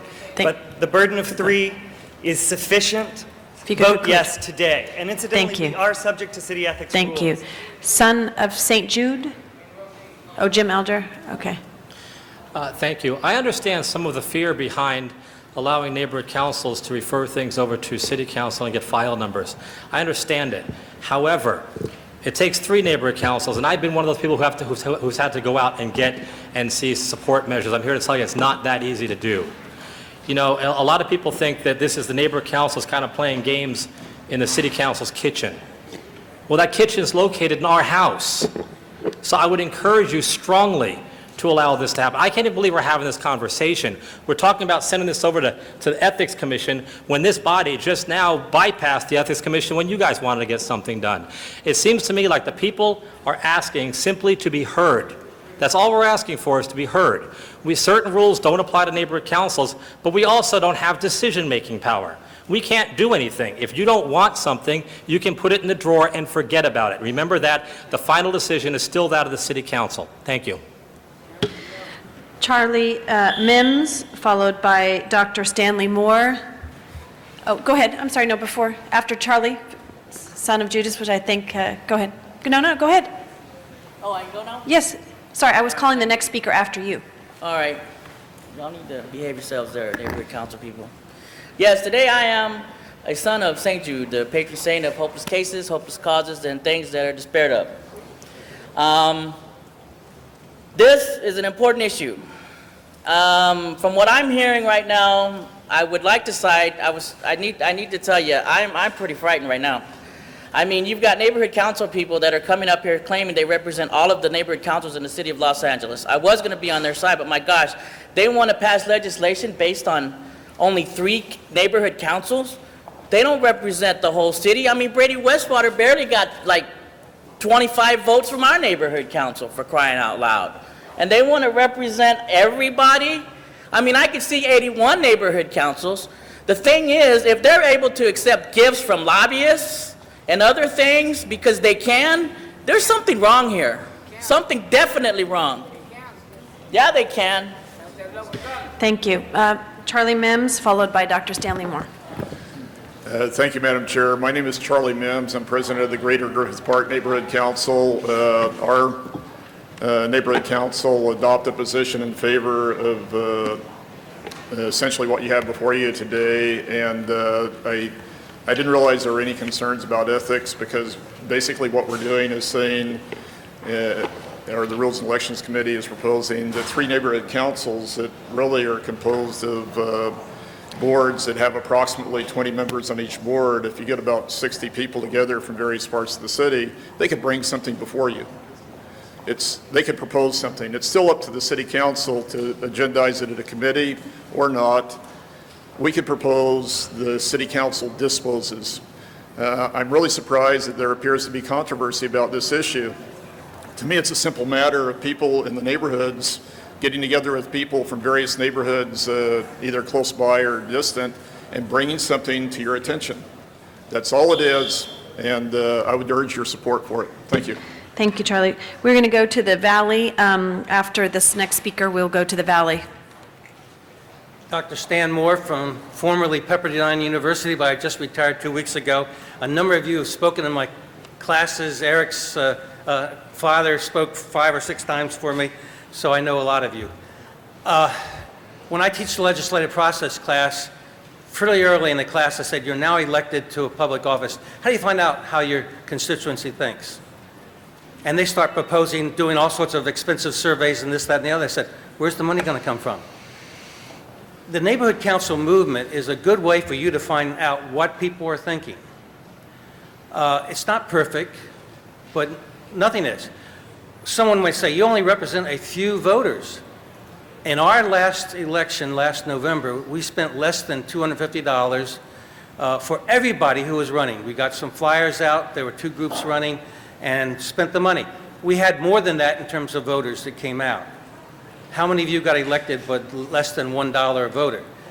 We do hear what the people say. We belong to local organizations. I think you need to use us as a resource to find out what the people want. Thank you very much. I'd like to ask in the San Fernando Valley Dr. Dan Weissman. Dr. Weissman, followed by Charlotte Laws and Kayla Schulman. Thank you, Madam Chairman. This is a First Amendment issue. The First Amendment issues are the most important issues before this council, not only in the issue of the community impact statements, but in the way in which public comment is addressed and dealt with, the way in which the Brown Act is implemented in the city council and all of the city commissions and agencies, and the neighborhood councils as well. The neighborhood councils are real. We're here to stay. We're very actively involved in city government. Yes, we're criticizable. Yes, we have difficulty with our outreach, but don't criticize our outreach, Mr. Mayor, Mr. City Council member, until you take a close look at your own outreach. Many of you fail to get together regularly with your council members, neighborhood council members, and I think should. Some of you are particularly egregious in this. Some of us are obstreperous, and you better look that up in your Funkin' Wagnalls, Miss Hahn, because the Funkin' Wagnalls is a dictionary. We need a new dictionary. We need a new... Thank you, Mr. Weissman. Dr. Charlotte Laws? Back to the Valley. Thank you. Good morning. My name is Charlotte Laws. I am a member of the Greater Valley Glen Council and a 912 Commissioner. I would like to thank Council Members Zine and Garcetti of the Rules and Election Committee and ask that all of you join them in supporting the proposal that 3 neighborhood councils be sufficient for establishing a community initiative statement. Requiring a larger number would be overly burdensome because neighborhood councils have different meeting dates and do not currently have the means to communicate easily and regularly with each other. It can take time to agendize an item, take it to committee, discuss it with stakeholders, and vote. A council may periodically lack a quorum. Some issues are timely and cannot be postponed for 2 or 3 months while waiting for a large number of neighborhood councils to agendize, obtain quorums, and hold their monthly meetings.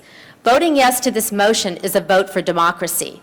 Voting yes means you trust in the wisdom of stakeholders as relayed through local grassroots neighborhood council decisions. Voting yes means you want to hear the diverse voices of our great city. Thank you. Thank you, Charlotte. Kayla Schulman, she's still there in the Valley? Yes.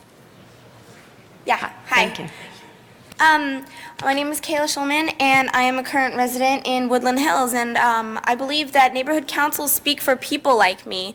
People, just listen to them, you know. Please let these 3 councils forward their ideas to you, and I really urge you to support this motion. Thank you. Thank you very much. We'll come back here to Carrie Adams, followed by Nina Royale and Cindy Cleghorn.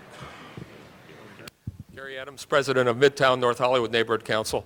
I can't think of a more powerful tool for an advisory body than to actually advise you, informally advise you. There's nothing wrong with that. That's what democracy is all about, and I really urge you to vote in favor of this. Thank you. Thank you. Good morning. Thank you, Wendy Gruhl. Pull it down just a bit, Nina. And council members, as I look at each and every one of you, I would like to challenge you and request that you support the intent of the city charter to empower neighborhood councils. Perhaps with the outreach of neighborhood councils, we can get more people to vote than people that do on famous TV show currently. So please support your neighborhood councils, give us a voice, and do the intent of the charter reform. Thank you. Thank you. Ms. Cleghorn? Good afternoon, council members. My name is Cindy Cleghorn, and I'm the chairperson for the Sunland-Tujunga Neighborhood Council. Sunland-Tujunga supported this item early on and continues to support it. It's time to take neighborhood councils to the next level. I urge your support. We work together now and will continue to work together in the future. Thank you very much. Thank you. Elizabeth Bogarch-Sharkock? Good afternoon. My name is Elizabeth Bogart-Charkov, and I'm a Silver Lake Neighborhood Council governing board member for the last 3 years. Dear council members, we, the Neighborhood Council activists, are here today to ask you for your determined proactive versus reactive approach. We are here today to reach out to City Council by offering better grassroots advisory role, more effective, honest, and accountable city governance to the voters. We are here today because we trust you can step up to the plate and demonstrate the leadership the Angelino sent you to City Hall for. I urge you to support the motion, and again, I thank you for your hard work and constructive approach to this challenge. Thank you. Thank you very much. Edwin Ramirez, followed by Frank Wada. Good morning. Edwin Ramirez, President of Pacoima Neighborhood Council. We're not as sophisticated as some of the other ones, but we're getting there. Having more than 3 neighborhood councils needed for the case number, it's unreasonable. It's not acceptable. It's not something we can achieve. Now, reference has been made that neighborhood councils do not represent all stakeholders within their boundaries. The same argument could be made with regards to city councils. Neighborhood council members or neighborhood councils do not get developers fees. They don't get any funding from anyone other than the $50,000 for operational funds. And it is unreasonable to expect them to be as sophisticated. Chances are you're not going to have too many of the 3, or maybe too many of the same 3. I think that you should support the requirement of 3 neighborhood councils to be able to initiate this. Thank you. Our next speaker, Frank Wada. Hello, my name is Frank Wada. I'm a board member of the Lincoln Heights Neighborhood Council. I would like to support, our council supported the position of the 3 board members, 3 councils, to have a position in terms of getting a file number. I would like to also support, our council also like to support the recommendation from the bonk and all the, I'm a person of few words, so I would like to have your support that we have this ability to be able to talk, or at least to place something on your console. Thank you. Thank you, Mr. Wada. Kurt Rademakers, followed by Greg Nelson. Hi, my name is Kurt Rademakers. I am Secretary. Okay. I am Secretary of the Greater Griffith Park Neighborhood Council, and I'm here to support this measure and encourage you to do so. I want to make what I think is an ironic juxtaposition here. The people who participate in neighborhood councils are to a large extent very thoughtful and intelligent people who love our city and our communities just as you do. The point I want to make is that as thoughtful and intelligent people, we represent a significant base of the people who have made you our leaders. And yet one subtext I hear in the opposition to this measure is that we perhaps lack the judgment or the intelligence to provide direct input to government. Well, which is it? Do we lack the judgment to elect our leaders and we're not smart enough to tell you what we want? That doesn't make a lot of sense to me. Requiring 3 neighborhood councils to open a file represents a substantial filter to the suggestions for legislation. And the processes already exist within council, the council committee, to really kill any bad or tainted, ethically tainted ideas. So I ask you to support this measure. Thank you. Thank you. Greg Nelson, followed by Brady Westwater. Sorry. Greg Nelson, retired General Manager of the Department of Neighborhood Empowerment, supportive of this measure wholeheartedly, as I did from the very beginning. I hope that you're impressed by the number of neighborhood council people who are able to be here with almost exactly 24 hours notice. I haven't seen anything like this in quite a few years.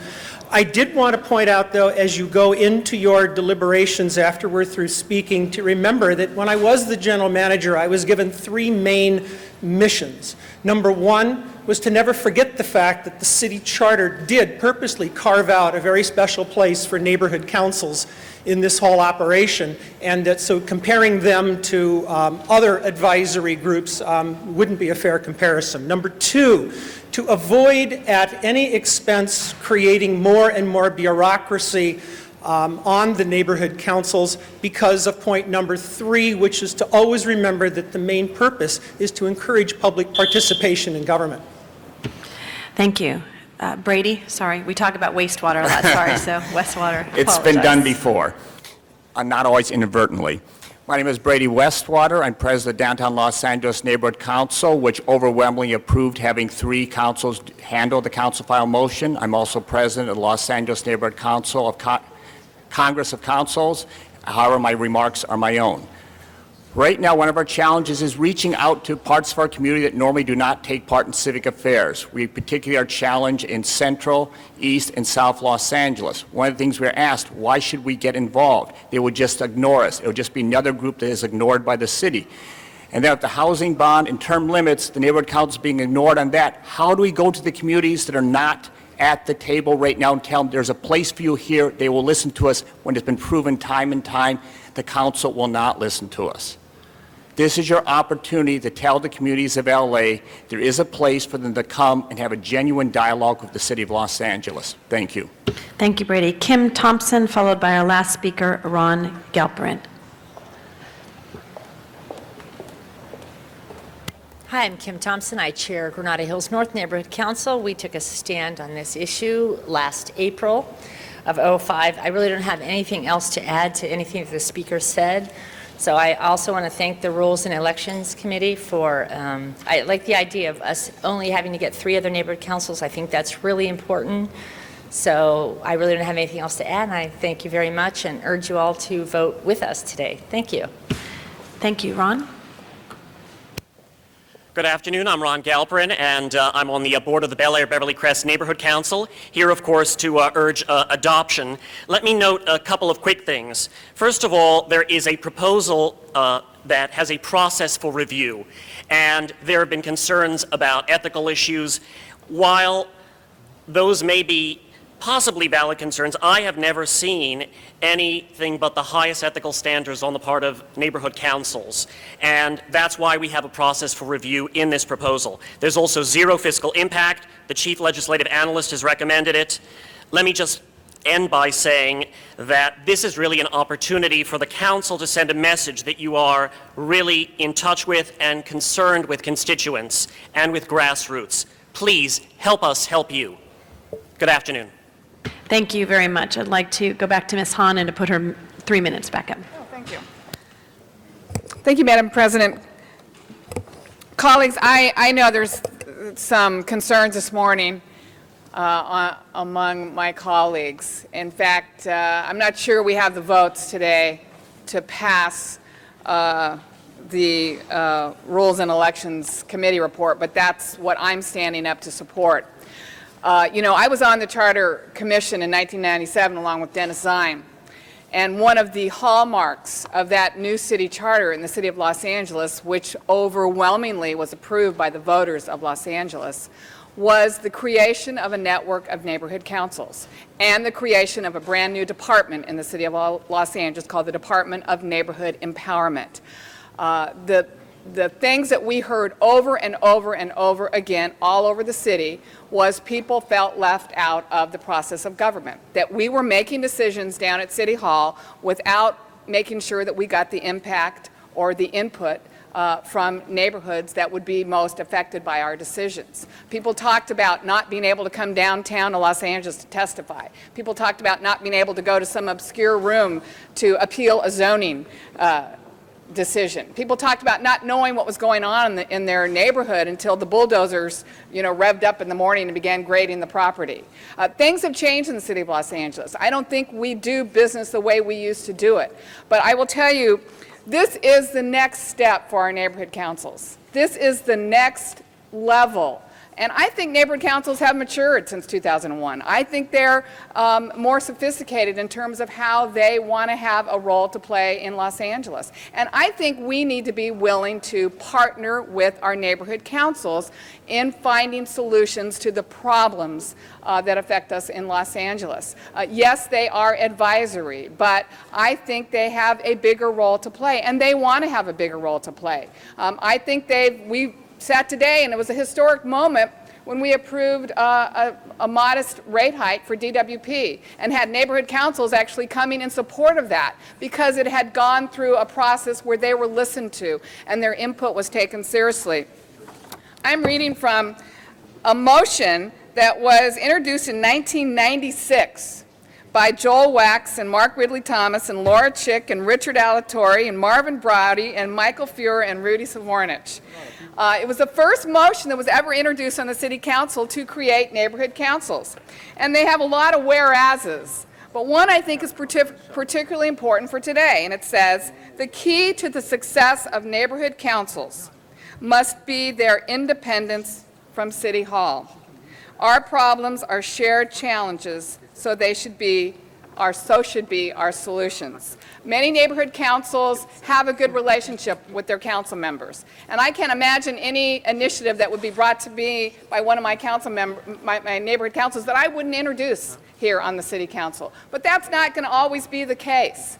And neighborhood councils should be able to enter into the process of government, introduce a motion that we will consider in the regular council, in our regular council committees. I've spoken with the city clerk's office who does not feel like in any way this will unnerve them or they will be deluged by so many requests that they won't be able to do their business. I think this is the natural next step. And colleagues, let's try this. We are a city that is always, you know, on the edge. Other cities in this country look to us for being innovative and creative. Let's try this because it's an excellent time to let this work for 6 months while the 912 Commission is reviewing neighborhood councils. They're reviewing their ethics requirements. They're reviewing whether or not the 700 forms ought to be filled out. They're reviewing whether or not the Brown Act should apply in the same way to neighborhood councils as they do to us. Let's try this. 6 months. Let's see how it works. Let's see if there's problems. Let's see if this 3 neighborhood council threshold is too low. Ms. Hahn, if I could ask you to conclude. These are all the kinds of things we can look at, and I'll push my button again to talk about a couple of other things. I think we should do this. It's the right next step for neighborhood councils. Thank you, Ms. Hahn. Mr. Garcetti. Thank you, Madam President. And thank you to the members of the neighborhood councils who are here, other members of the public who have been a part of this. And I know this is one of those days where we will debate here in City Council. I wanted to say a couple things for the record as somebody who was supportive of this in committee, that, and I said this in committee as well, and I want to speak from the heart, that I do think that when I first saw this, I wondered, was this a solution in search of a problem?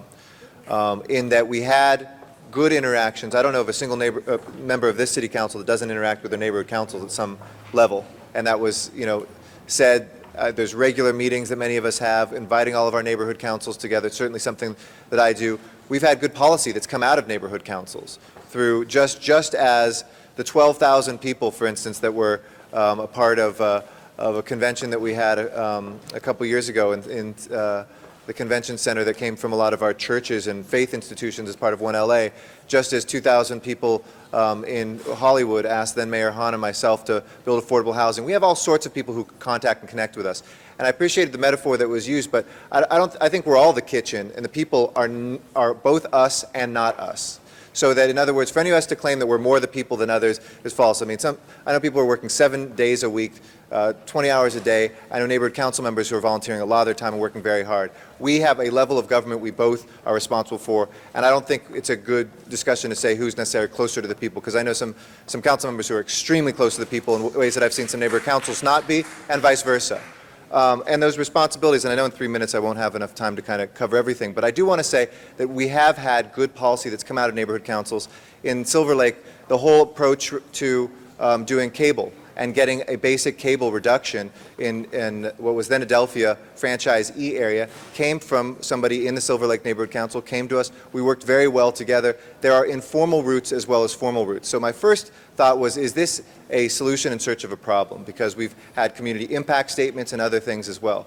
But I think with neighborhood councils, you either have to kind of jump in with both feet or not at some point. I think that down the line, and the 912 Commission is reviewing this, we have to make the decision with one another, do we actually give real powers and attract fuller participation? Because we all have to admit in this room, there is not very full participation. You make that criticism of us every single day. I think it's a fair one to say back and forth. And I don't mean by us. Us as individuals are very participatory. We sacrifice our lives to do this work. We put a lot of things aside. It's not a great quality of life that we enjoy being activists or public servants. But we do not have enough people voting in neighborhood council elections. We don't have enough people voting in our regular elections for city council either. So right now we have a problem that we share throughout the city in terms of participation. But until we give more powers to neighborhood councils, I don't think there will really be ever really great participation. I've seen in Echo Park people bend over backwards translating flyers, going door to door in Spanish and Chinese and English, and you still get nobody turning out for these elections because people don't feel like the stakes are high enough. It doesn't affect their lives yet. So that is a gut check issue, which we're not going to solve today with this, which is a very small step either way. It's a mountain out of a molehill either way we go with this, because ultimately our council committees, we can agendize the things that we think, and they are triggered. I know the city attorney said that they're not triggered by anybody else. We get things from city commissions, we get things from city departments all the time. Probably out of my 3-minute time, so I'll hit my button. But I do want to say to the folks who came, don't get caught up in a democracy, don't get caught up just in the number. And I hope you take this well. And this was somebody who ultimately was with you on the number that Mr. Zine put forward. You've shown, you undersell your strength. If you say 51 neighborhood councils stepped up to support this, and I know it was over a time period, but if 51 neighborhood councils could get behind this, to think that anything over 3 is burdensome, you heard me say this in committee, I don't fundamentally believe. I know that this is not about commenting on something that's already on our agenda. That's a community impact statement. That's different. This is about initiating policy, which in this council body usually takes quite a few months to do, and there's plenty of time to build out there if a number higher than 3 is ultimately what gets us to a place where we can do this. And I'll press my button to continue. Thank you. Mr. Smith. Thank you, Madam President. Just for those that are here today, please do not assume, and I hope you don't go say that if we don't approve this today, that somehow we're anti-neighborhood council. I myself have every other meeting, a meeting with the neighborhood councils to talk about the district. All the neighborhood councils participate, whether we're agreeing on issues or fighting on issues. We come together to talk about issues because all of us believe in some level or other, at least, in the importance of the neighborhood councils to this system of government. What I'm concerned about today is not the concept of the file initiation, but rather the implementation of how it's going to work. Mr. Weiss began some issues that I also have dealing with the ethics of it. Last year, and Ms. Hahn, you questioned this a minute ago, I want to correct you so you understand. Last year, I found out that BFI, the company that owns Sunshine Canyon, had hired a lobbyist to infiltrate neighborhood councils to get their support for their proposals before this council. And I really had trouble with that. So I introduced a motion and asked the city attorney, can we prohibit people of special interest from serving in a role that promotes neighborhood council action? And the answer was no. It's an April 18th letter from the city attorney saying no. If they're stakeholders, they have that right. Subsequent to that, the council, at the request of neighborhood councils, eliminated the Form 700 forms filing and the ethical behavior issues because we said they are advisory in nature, therefore those issues really aren't substantially of importance to us. We'll relieve them from that responsibility. What we're doing today now is asking the council to elevate neighborhood councils from the advisory role to one to writing legislation. And where we fail in doing that is not having any ethical screening of who's proposing it and why. You propose a law, people have a right to know what involvement you've had with that lobbyist that may be promoting it. We have no screen on the neighborhood councils for that. And so I have a very big concern that we're stepping into a level of increasing the involvement of neighborhood councils in legislative decision-making now, or writing, rather than just advisory in nature. They've come to a new level, and that's what my greatest concern is. I think we need to really vet that out, and that has not been vetted out in this proposal. And so I asked the city attorney, if I could have the clock stop for a moment, please. Where did Mr. King go? Renee now? Okay. Renee? We have a lunchtime replacement here for, oh, there's Mr. King. Okay. Well, we brought in the heavy guns, one or the other. Let me ask you, first of all, the opinion that you wrote last April regarding the lobbyist, that's a copy if you wish, regarding lobbyist participation, saying their advisory doesn't matter and they're stakeholders, so you can't prohibit them. Now that we're allowing them to introduce legislation in the legislative body, does that change the level of our responsibility to look at that issue?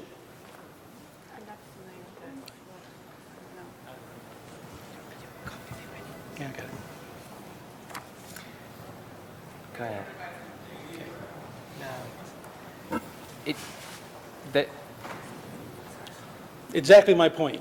Yeah, the time's expired, Madam City Attorney, Mr. City Attorney. And as City Attorney, you could help too. You're usually a little quicker. That dealt with the issue of whether or not they could be prohibited from participating.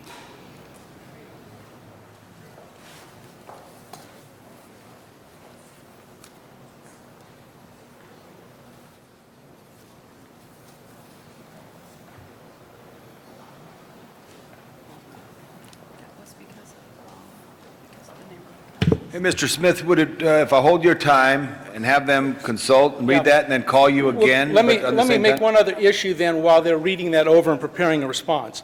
The second level goes to the statement Mr. King just made a bit ago, that they're liable under the State Political Act, but we don't fill out forms. So the question then would be, how do we know whether that lobbyist has been in it? How do we know if the lobbyist has contributed in some way, or the organization or special interest has contributed in some way to anybody on those neighborhood councils if they're not filling out those forms going to our city ethics department?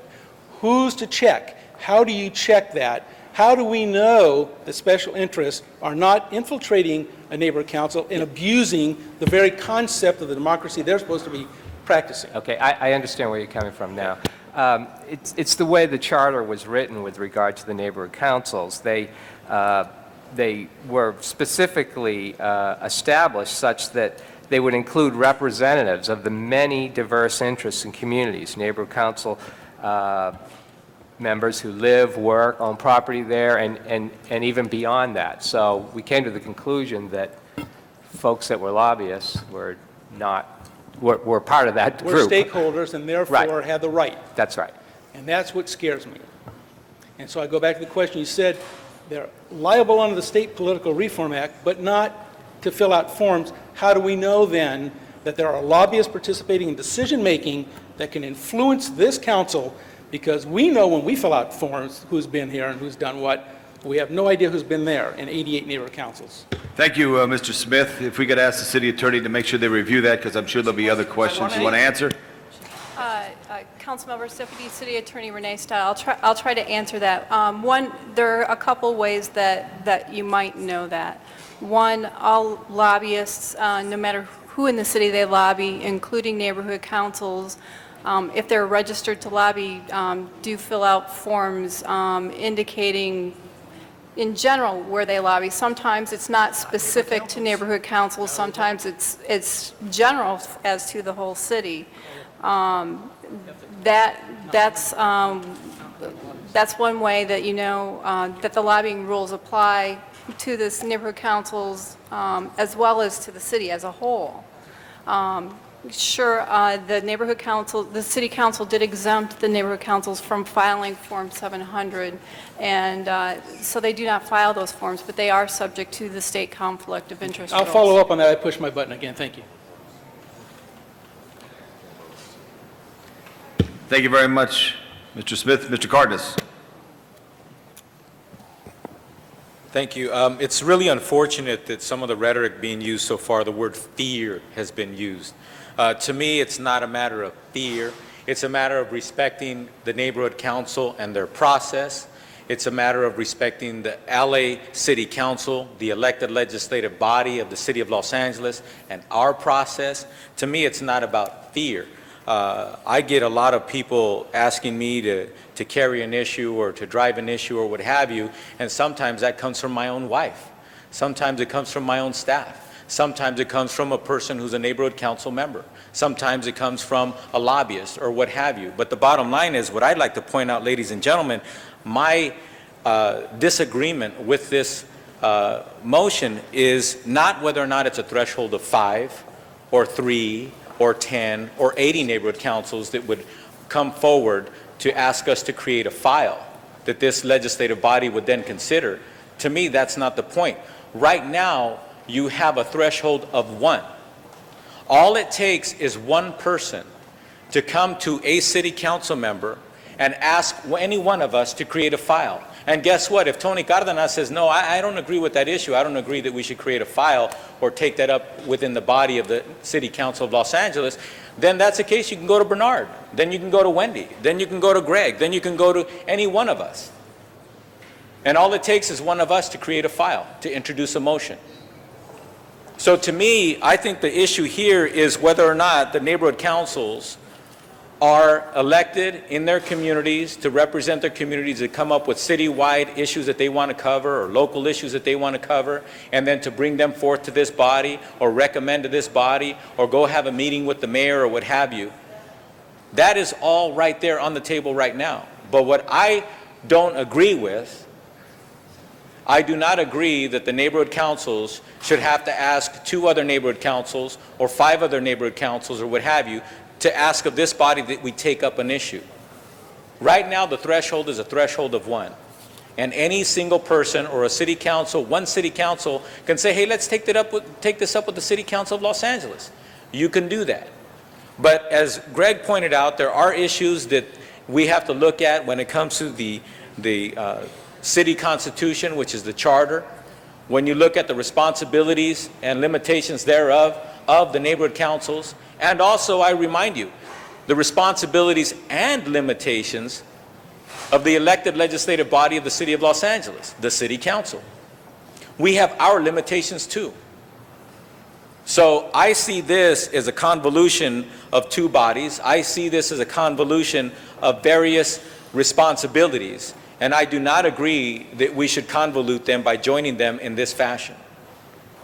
Thank you, Mr. Cardenas. Next, Councilmember Gruhl. Thank you, Mr. Labange. And I'm not sure, but I think I might have the most neighborhood councils in the council. I don't know, I have 11, I think. You got 12, okay, you beat me on that. I got 43, so your time. Isn't that nice? We're all trying to challenge each other about how many we have. But it is, colleagues, and I have several representatives of my neighborhood councils, and thank you, because I think you all were the most brief in your comments. I appreciated that. But to the point, and also from those that were in the San Fernando Valley. I want to echo some of the comments made by Ms. Hahn, because as my neighborhood councils know, if you came to me with an issue and said, we want you to put this forward, I would do that. And there are instances, there's an item today before your committee, Mr. Rosendahl, which is graffiti on trucks. That came not from some brilliant idea that I had, but from a constituent and someone involved in neighborhood councils. And that's a critical role. And I think that, as Ms. Hahn said, this is an evolution to this point.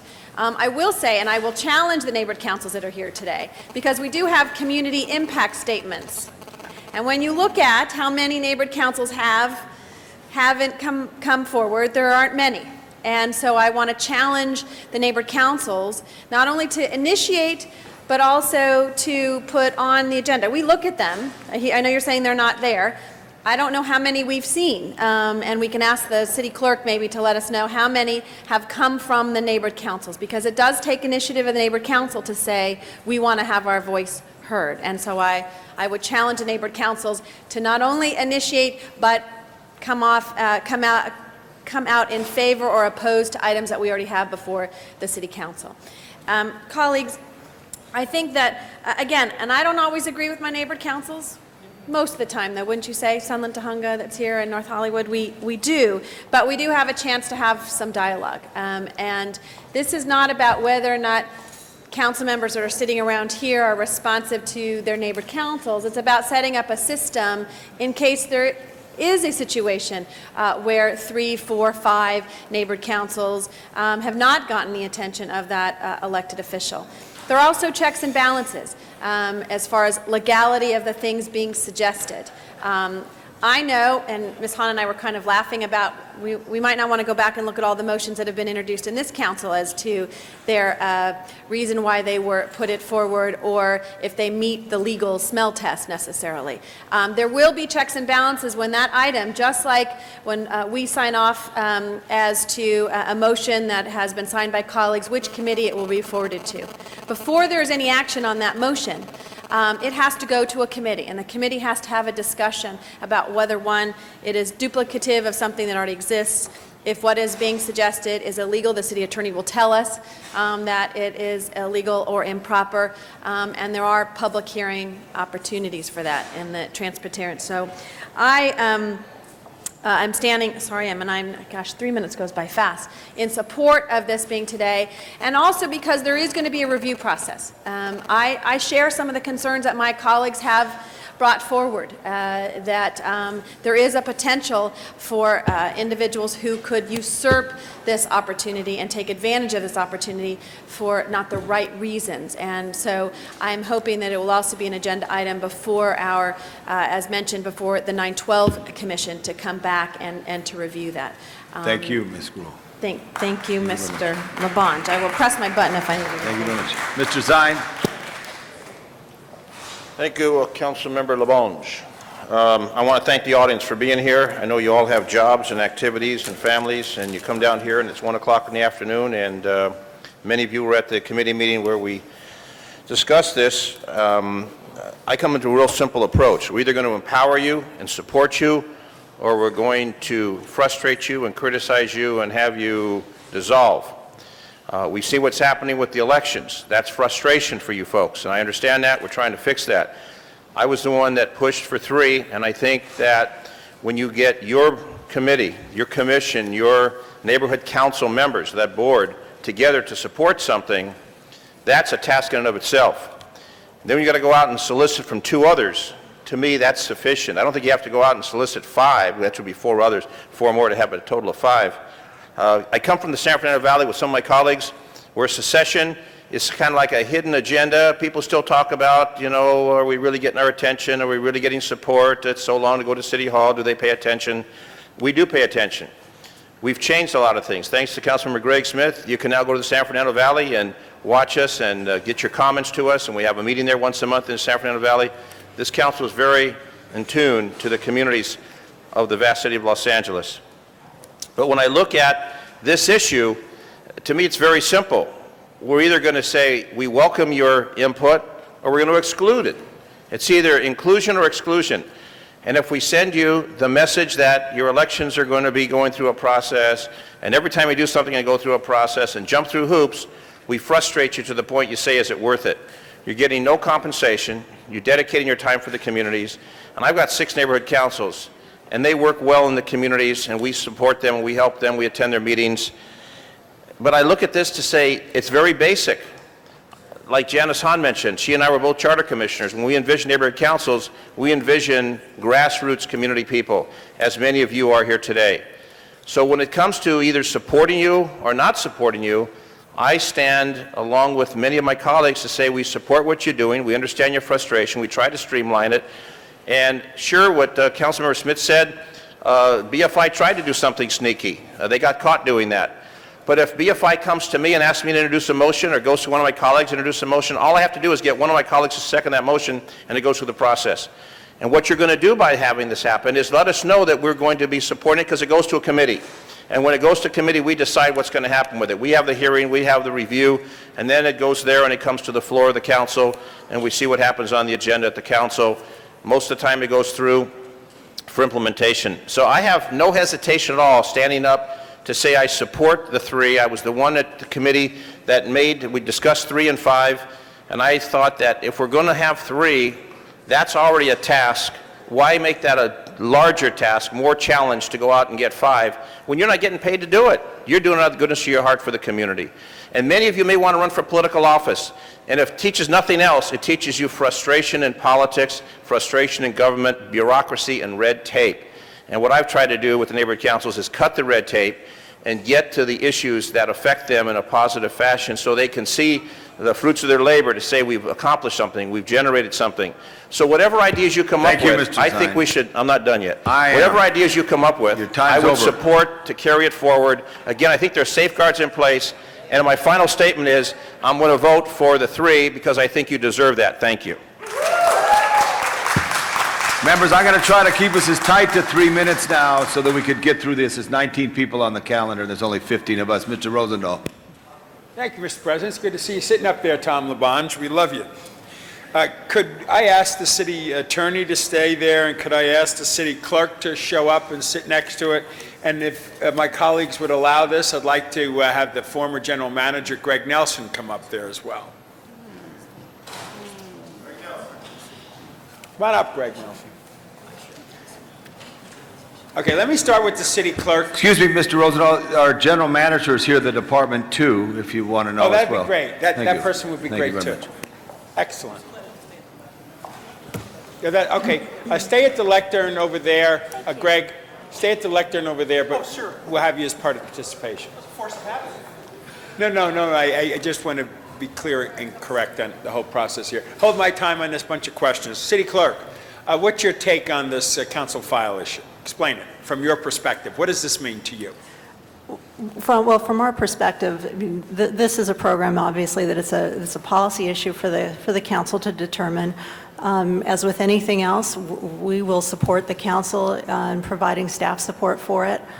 We don't know exactly what the impact is going to be on this, because we don't know how it'll all come out, but we're not anticipating any major burden at this point.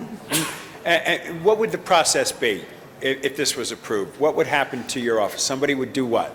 Well, it would be handled like any other type of council file that's generated. They're generated a number of different ways. Council motion, a department may submit something. So what we would do is we would receive that item, initiate to start a council file. It would get referred to committee, and it would go through the process from there. If I could ask Greg Nelson, historically, when did you start with this neighborhood council? Of course, the date's in the file, but it was well over a year ago that this idea emerged, and I remember the exact day, time, and place that it did. And your own involvement, how long have you been involved with the neighborhood council concept as head of Dunn and all that? I started as the general manager in September of 2001. And what's your take on starting council files by neighborhood councils? I wholeheartedly support it. Initially, when the committee first met, there were concerns about whether or not this would involve the neighborhood councils overstepping their bounds and getting into areas they shouldn't get into. And in the file is a letter from the city attorney saying no, that this is their advisory group. They're not any more than advisory. They're not writing legislation. They're proposing ideas, and this is well within the scope of what they are able to do. And I agreed with that, and I applauded the city council members for creating something that's going to be a national precedent for promoting public participation. City Attorney, do you have any legal issues regarding 3 neighborhood councils putting something like this in front of you? No, it's a policy question, and it would be permitted under the charter. The new general manager, would you tell us your thoughts on this whole thing, and why don't we just refer to the 912 Commission as part of its deliberations? Lisa Sarno, Interim General Manager for Department of Neighborhood Empowerment. At this point in time, it is understandable, and quite frankly, neighbor councils do have a lot of influence and, if you will, advisory capabilities at this stage to speak with their city council members and their stakeholders and the broader stakeholders. This was an item, Councilman, that was on the agenda prior to my arrival. Upon my arrival, I think that some of the questions that have been raised by other city council members are valid. There is an issue of conflict of interest at this point in time, and we have been receiving in the department requests from other neighbor council board members with respect to conflict of interest issues and situations. The department in the past 5 years has not tracked this information. The department in the past has not formalized a system in which to gauge what is happening out in our neighbor council realm. We are in the process of doing just that. Forgive my back. We are in the process of doing just that at this point in time. Again, some of the questions that are being raised are ones that we are taking a look at within the department that, again, are being raised by other neighborhood council members. City Attorney's Office, some of the issues were advisory and so on. Do you see any conflict with 3 neighborhood councils putting a council file process in motion from any other standpoint? We don't see any problem with it, but the charter 242 basically says the council has the exclusive power to organize its business and to legislate. This does not, just creating the council file does not move over into your bailiwick as a council, so to speak. So again, it's a policy question. So that means if somebody starts a council file, we can either take it under advisement within our committee, let it languish there for 20 years, or move it up the process. We have that authority over a council file. As with all council, as with any council file. Right. Mr. Rosen, just a question for the city attorney. How long is a council file? What's the life of a council file? 2 years. 2 years. 2 years, so not 20 years, just to correct you. Yeah, so for 2 years, you can have a council file in a process, and then after that, it'll either move on or move out. Unless there's a reason to continue that, so. Okay. Let me say this, colleagues. I was chair of Neighborhood Education Committee, and my colleague Janice Hahn was vice chair. And our very last meeting was held right here in this council chamber. And I second the motion to give neighborhood councils the opportunity to create these files. And we moved it out of my committee and then moved it to the next committee. And the reason we supported it, frankly, is our city, as are the democracy in general, suffering through lots of issues of people participation. The concept of neighborhood councils was to give grassroots input in some kind of a structured way, create some various Brown Act legislation to make it clean and straight, but give the people in a community an opportunity to participate within the process. Starting a council file process is not the end of the world. Nothing to scare us about. Some people are suggesting, well, Bill, what about the lobbyists who control your neighborhood councils or this? So what? I'll deal with it the way it comes. There are 8 neighborhood councils in my district. 2 are created by themselves and it's not certified, 6 aren't. And of the 6 certified, some have some real issues as to who's controlling who or what.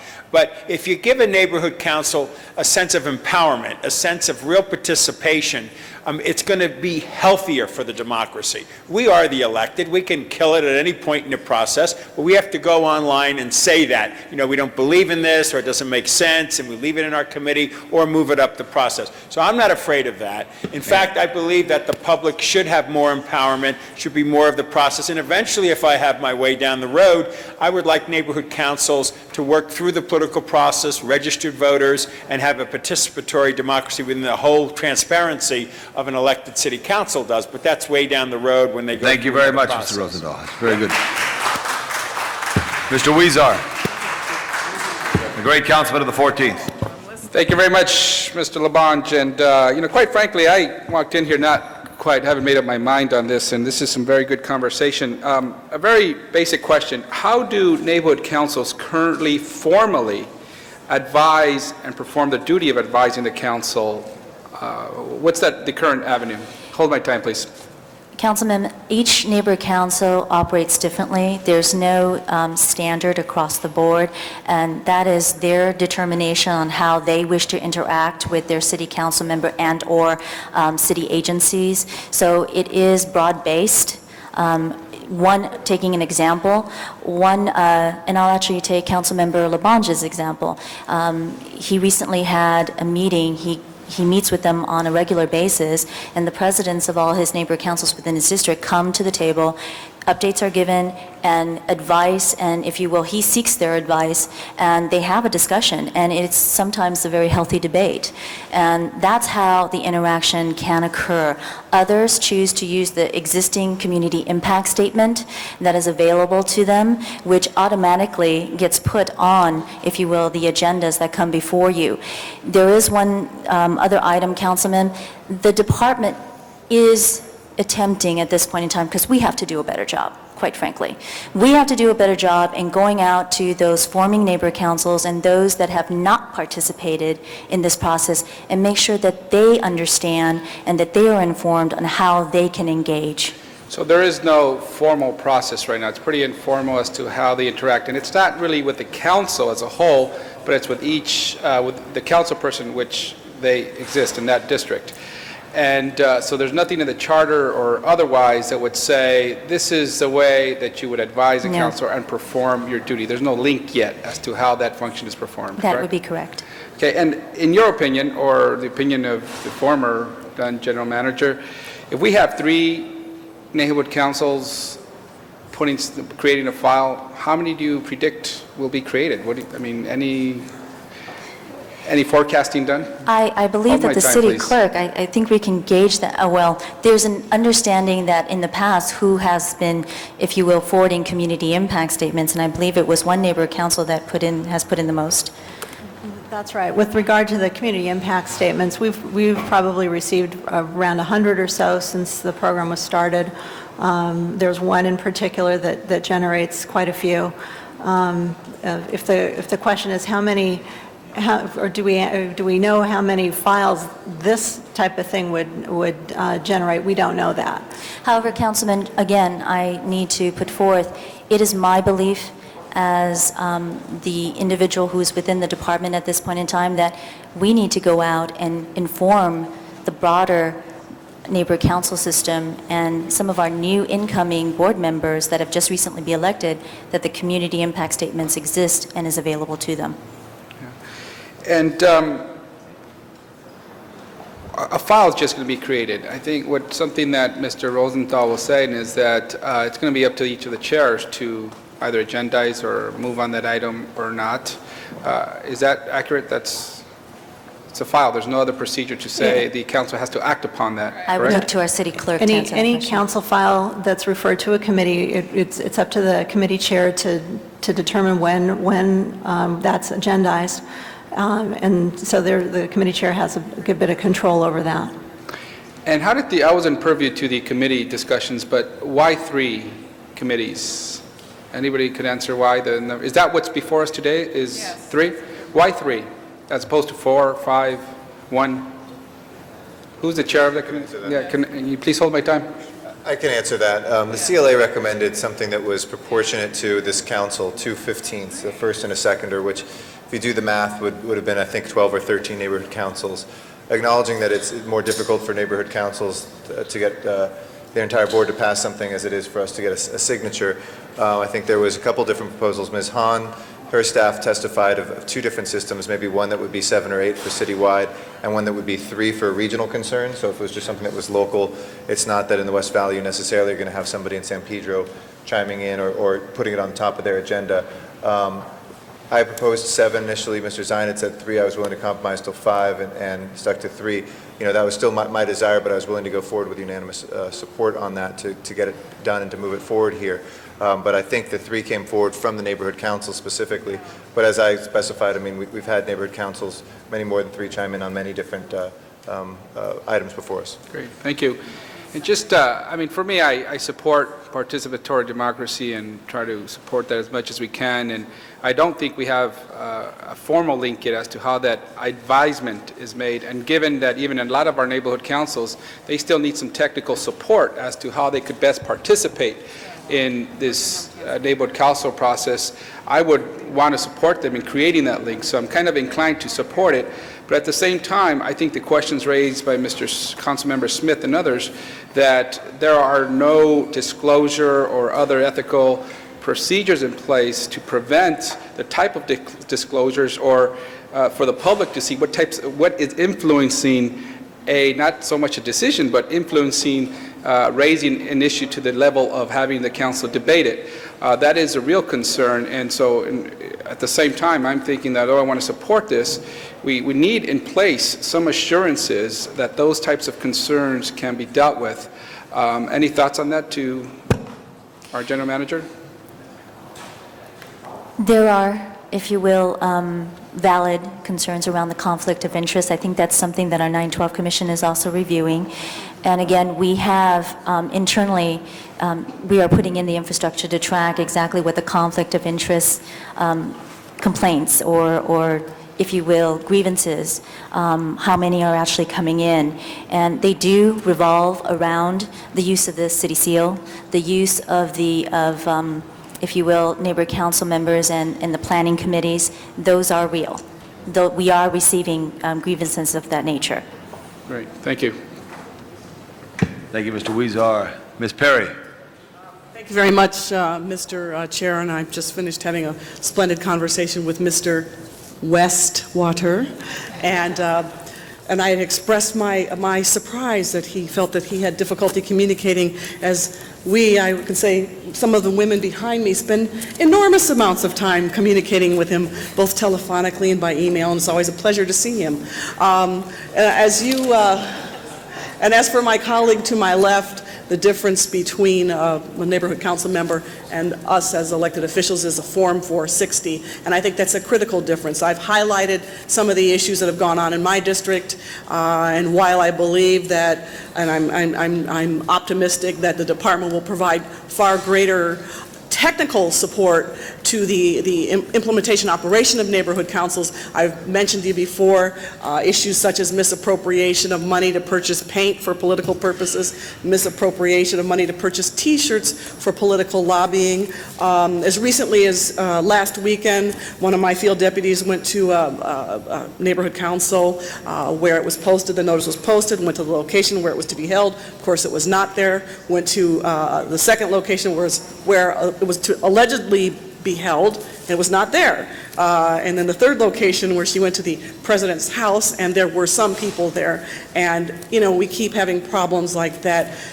Neighborhood council members who have business cards that have the insignia of the city on it, for those who are not particularly knowledgeable about the difference between a facsimile and a real insignia, then call my office and complain that the deputy council member told them that their street would be paved by X date.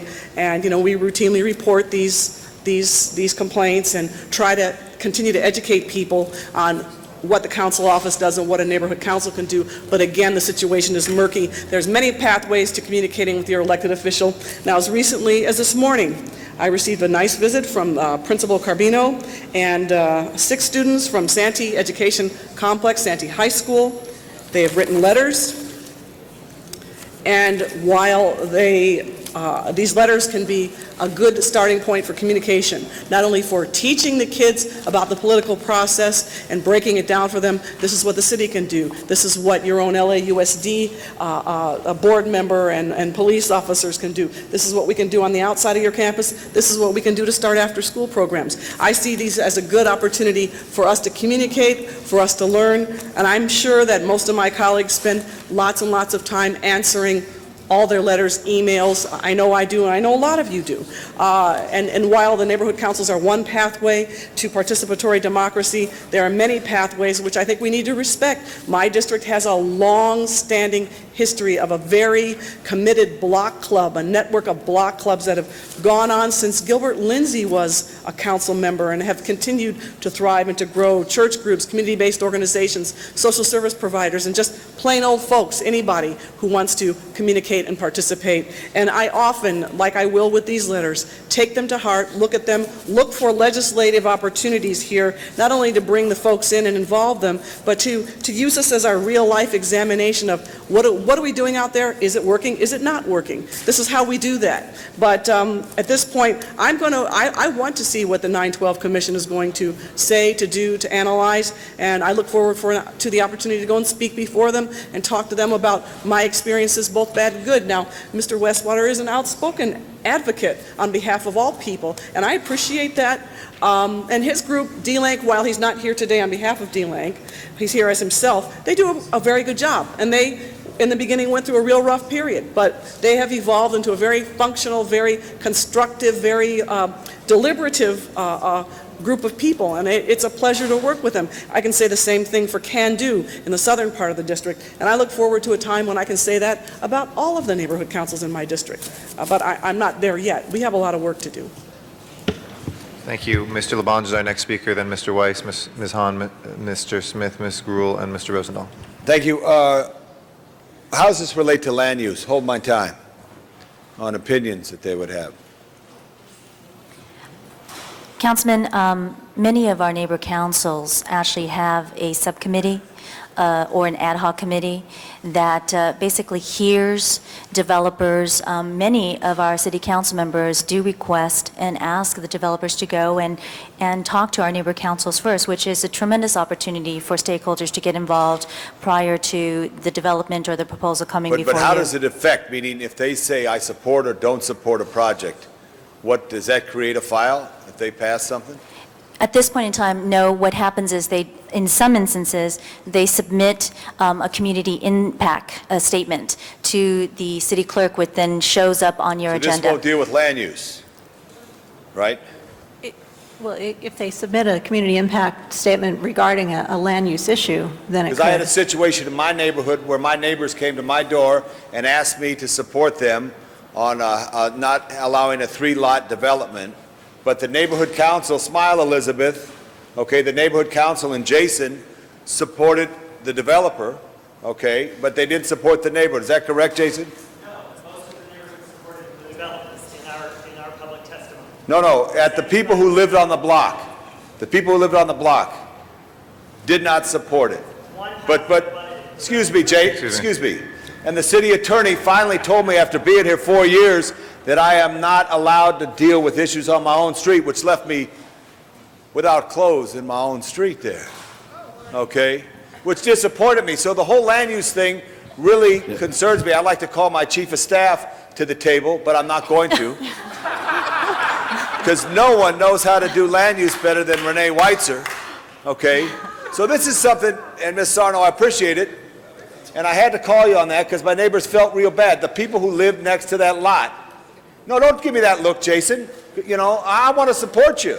I want to support you, okay? The people who lived across from the lot did not want it split. Wow. Man, then you're losing my support if you're not going to deny me the right to, I talk to my neighbors about it.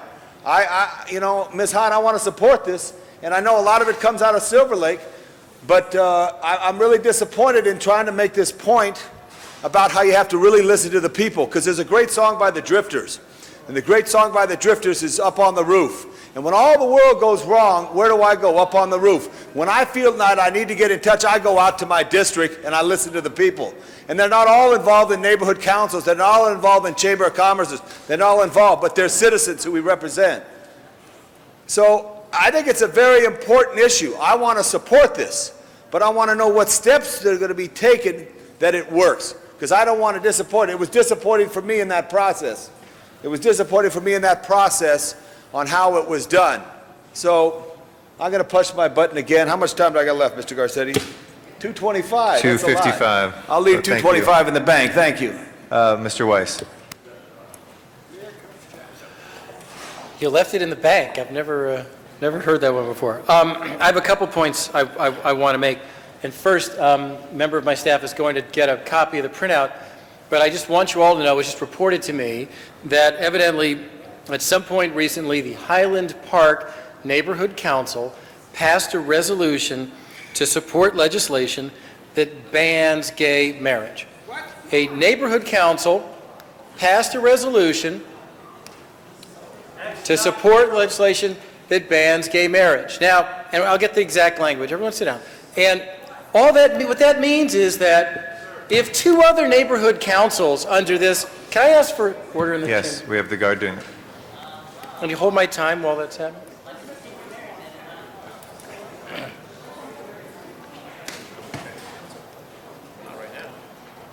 What that means is that if two other neighborhood councils under this proposal pass a similar measure, then there's a council file created on that topic, out of the blue. They could do it on the war in Iraq, they could do it in the war in Lebanon, they could do it on anything. I don't think that's what the system was intended to do. The system was intended to provide council members with input on their neighborhoods.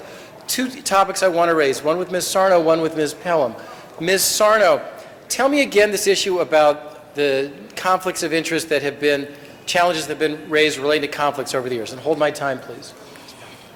Earlier, Councilman, you raised the... Hold my time, Mr. President. You raised the issue of whether or not there was conflict of interest that was happening and occurring, and as I indicated, there was no tracking mechanism in the department for the past 5 years in order to determine what that amount of grievances with respect to conflict of interest was coming in to the city and the department. We are now in the process of trying to do that. There are actual other neighborhood council members that sit on some of the very same boards that some of these folks are here that have been submitting, if you will, questions, complaints, grievances to both the city attorney's office and our department with respect to what they view may be conflict of interest on behalf of their colleagues around planning, around city seal use, and a whole host of other issues. Again, many of them are indicating that since they do not have to fill out a Form 700, it does become an issue because at times, and here's an example of one that did come in, is that there was a school that was in an area of the boundaries of a neighborhood council, and if the board did not support that school, the school basically came in and, if you will, and I'll use the word that was used in the email, infiltrated the board to get an approval of their project. Okay, well, one thing I would like to ask you to do is I'd like to ask you and your department to compile a report, collect all the data, and provide an analysis of the allegations of conflicts of interest that have been made over the past 5 years. And then I'd like to ask you to provide it to Ms. Pelham and the Ethics Commission staff so that they can review it, and perhaps they'll have additional questions or methodological issues they'd like to raise, or other, maybe it will raise topics for them to consider. So would you do that for us, please?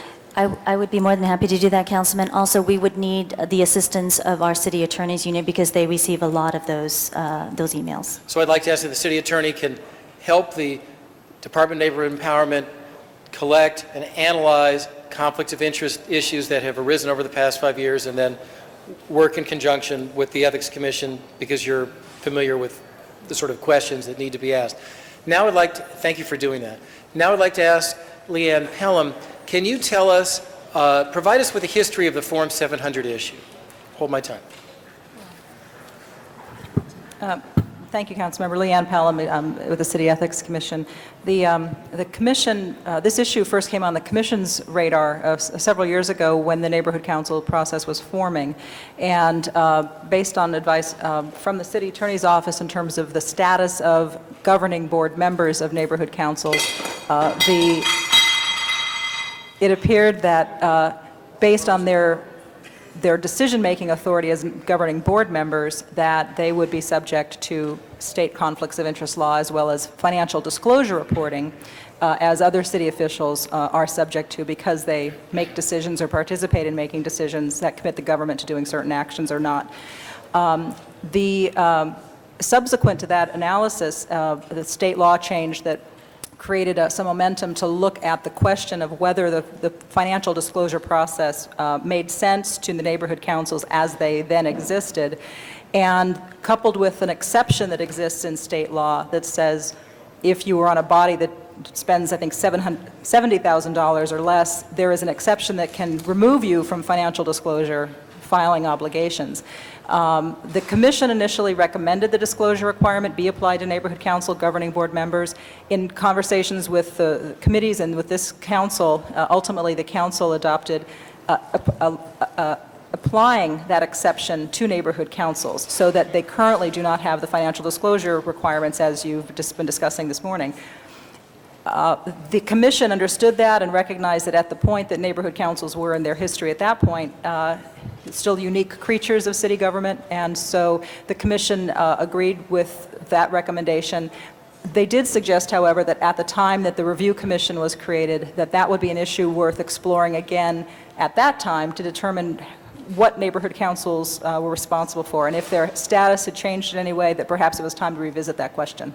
So the earlier decision regarding exempting neighborhood council members from filing Form 700s was based largely on the fact that they dealt with a not large sum of money and were providing advice on local neighborhood issues. Is that a fair summary? That's correct.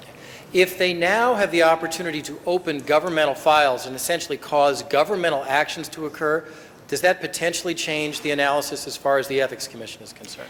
Again, we'd be looking to somewhat to the City Attorney's Office for guidance as to if that fits the category of what state law considers to be making or participating in making a governmental decision.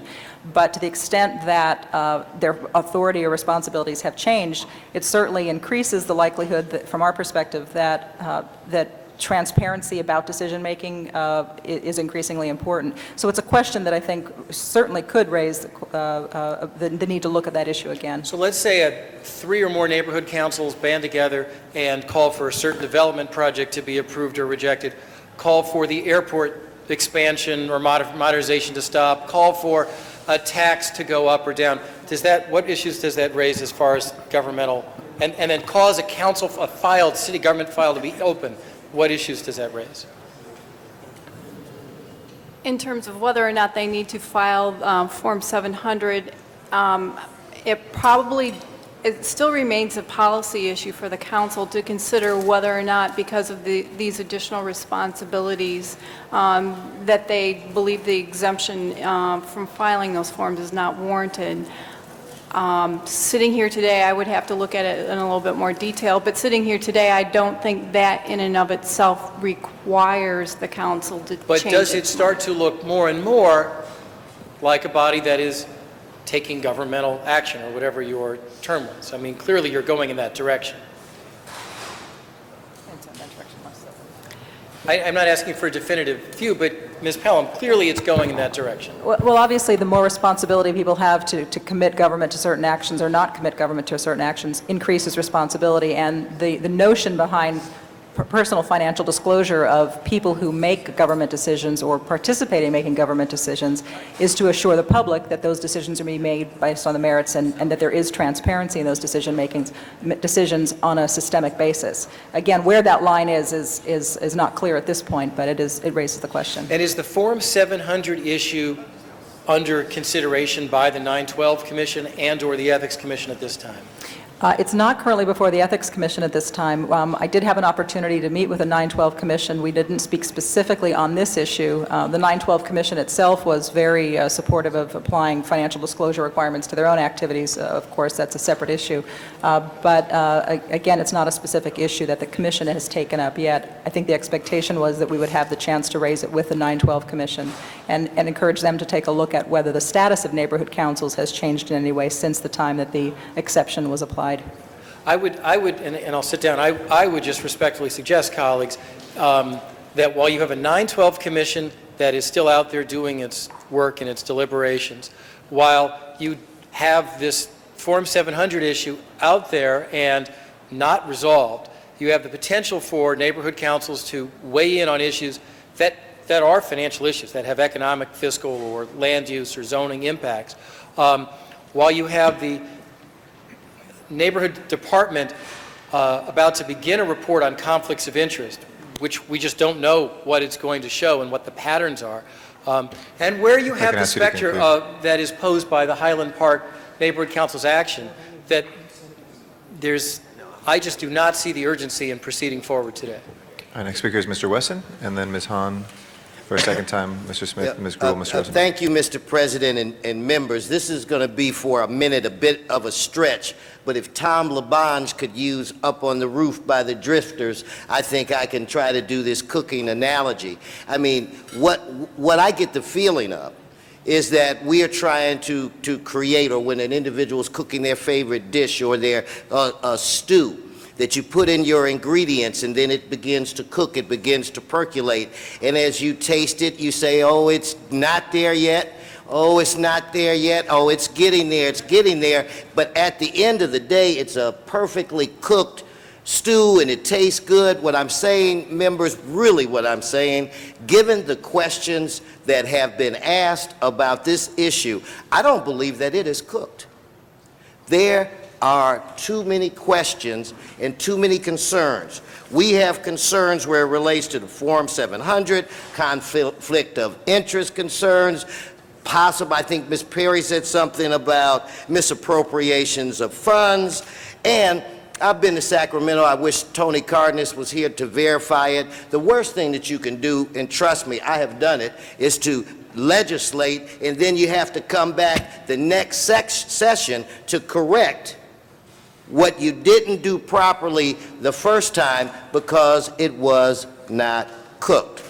So my suggestion or my recommendation or amendment, or Mr. President, whatever is appropriate for me to ask for, I would request that we send this issue to the Rules Committee until the 912 Commission has taken action. It would afford us enough time to get the answers to the questions. And I say that with all due respect, and I have the highest respect for the neighborhood council people, but the reality, members, count. The votes are not here today. The votes are not here today. There are not 8 votes today. That's not to say that there may not be 8 votes after these questions have been answered. So what I'm suggesting is that this be sent to Rules where it would be held until There's joint jurisdiction with Rules and Education Neighborhoods, so. That's just a point of information, don't worry. Okay, but Mr. President, what I'm looking for, or what I'm suggesting that we as a council look for, is a placeholder, a place where it will stay alive until we get the other information back from the 912 Commission, so that we can have more discussions with our Ethics Commission and more discussions with Ms. Sarno. I mean, I'm just saying, I personally don't believe that it's cooked, and there are probably members here that do, but the point is there are not the votes here today. So why don't we deal with this in a way so the neighborhood councils know or receive the respect that they deserve. Let them know that this thing is not a dead stick, that it is somewhere, and that we will deal with it after a couple of issues occur. So that's my recommendation. I don't know, do I do that in the form of a Sure. motion? That'd be a Do I motion. need a second from Is there a someone? second? Mr. Smith, okay. I think Smith and Wesson, or Wesson Smith this time. Smith and Wesson, all right. Thank you. Ms. Hahn is our next speaker. Thank you, Mr. President. With all due respect, Councilmember Wesson, this is not Rachel Ray's 30-minute meal. This has been in the cooker for almost a year and a half. It has gone through the cooking and the ingredients in Rules Committee, in Education and Neighbors Committee. And with all due respect to the Ethics Commission, you have been in those committee meetings and never raised any serious concerns about how neighborhood councils opening council files would cause anything to change in terms of conflict of interest regulations right now. Everyone has been a part of this process, and if we'd have been talking to our neighborhood councils for a year and a half, we would all know that this is what they want, this is the next step. And again, this is nothing to be afraid of. And the only reason I'm using the word fear is because that's what some of my council members have said. It makes them a little fearful. And even if they pass a resolution to ban gay marriages, that still means that we have the opportunity to look at that in committee, and we still have the decision to say, this is not something the City of Los Angeles wants to do, and we vote no. Just because they're opening a council file doesn't mean that our CLA, our CAO, our Ethics Commission cannot weigh in on those motions. When those reports come to us, they'll be completely vetted, and our staff will have completely written reports about them so that we are still the decision makers. This does not make neighborhood councils decision makers. That just means they're able to put forth issues that they think we haven't looked at, or we've overlooked, or we haven't thought about, something that they want us to take a good hard look at. I also, colleagues, one of the things I did today was I introduced with President Garcetti a motion to create a new position in the city clerk's office to deal with this idea of of neighborhood councils creating council files. Help them along with how to do this, how to work, and this position will also take our recommendation. You know how many times we say we would like neighborhood councils to know this? We want you to tell neighborhood councils that we're considering this. We want neighborhood councils to be educated and get input back from them. This position will also take what we do and make sure neighborhood councils are fully aware of what we do on the council floor. And colleagues, this is the perfect time to do this. The 912 Commission is meeting right now by order of our city charter to analyze neighborhood councils. What works, what doesn't work. We could certainly send this recommendation to the 912 Commission and have them analyze it on paper. But what greater way to have them truly analyze whether or not it works by letting it be implemented, let it be worked, let it be practiced so that we have something to do. Also, this motion today asks the city clerk to come back to us with how this will be implemented. By voting on this today, we're not implementing it tomorrow. We're still having the city clerk come back and tell us, and the Ethics Commission can certainly come back and tell us if there's issues we should look at ethically, whether or not or how this could be implemented. Let's do this today, colleagues. It's the next step. It's been cooked. What I think is right now there's just too many chefs in this kitchen, and we ought to vote to approve this today. Mr. Smith is our next speaker. Call the previous question. Is there objection to the previous question? If there's no previous question would end debate. There's three other speakers. If there's no objection, that'll go through. Is there any objection to calling the previous question? The question is just to end debate. That would just be to end debate. We have Ms. Gruhl, Mr. Rosendahl, Mr. Huizar on the queue. Hearing no objection, that will. Sorry, Mr. Rosendahl. Okay, we'll take a vote then. Okay, we'll take a vote on the previous question, which is before us. A yes vote is to end debate. A no vote is to continue debate. Please open the roll, close the roll, and tabulate the vote. 7 ayes, 5 noes. That does not carry. Our next speaker is Ms. Gruhl. Well, I will be brief, because I wanted to stand up again, and I had mentioned to Ms. Hahn as well that the implementation has to come back. And we were questioning, even when you look at today's agenda item, it wasn't, from what we can see, this item itself was not initiated by a council member. Is that correct? That's correct. It was initiated by a neighborhood council who brought it to the council, which then brought it forward. We Right. accepted it, and we scheduled it, and we've debated it, and we've talked about it. So it's not something that is foreign to us. Again, I think as Mr. Garcetti mentioned as well, that we have had items that have come through commissions or other items. Again, as chairs of a committee, Ms. Hahn has commerce, I have transportation, audits, government efficiency, arts, parks, budget, whatever your committee is, you determine when that gets agendized and the kind of review what you want to have happen, and you involve the community on that. So there is a role and a purpose by which this city council acts.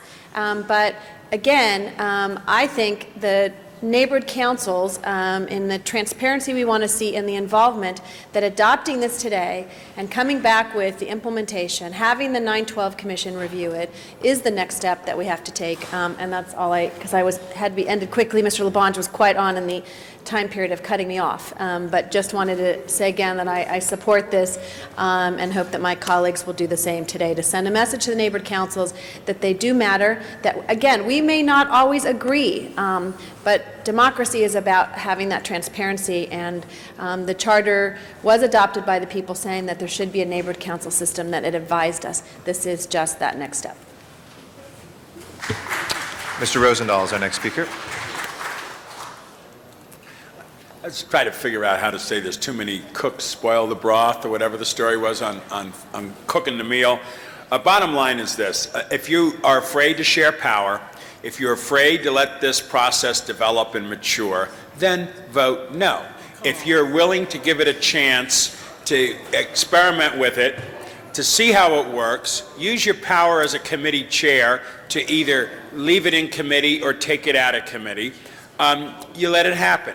What you do is you allow the people in the community to have a voice, to empower them enough so that they can feel comfortable that the process is open to them as well. We're in charge of the process. We're the policymakers. I mean, you don't have to worry about sharing power. You don't have to worry about what will come back and bite me. That's our job. That's our responsibility when we sit there and make a decision in committee if we think this should sit in committee or if it should go out of committee. So it's not the end of the world, colleagues, to give the neighborhood council process more flesh on its bones and more opportunity to become a viable voice for community. That's what this is about. Thank you. Mr. Weezer. Has the city attorney or the Ethics Commission opined at all whether, under this new framework, if it passes, would they be under the Political Reform Act? And earlier you said it's a policy decision by this council to do that? Hold my time, please. Councilmember, they are already subject to the substantive provisions of the Political Reform Act. The only thing that they're exempted from under state law is the Form 700, which the council had decided to do. We don't believe that this in of itself changes that as a matter of law. It's a policy decision. Okay, how about the gifts?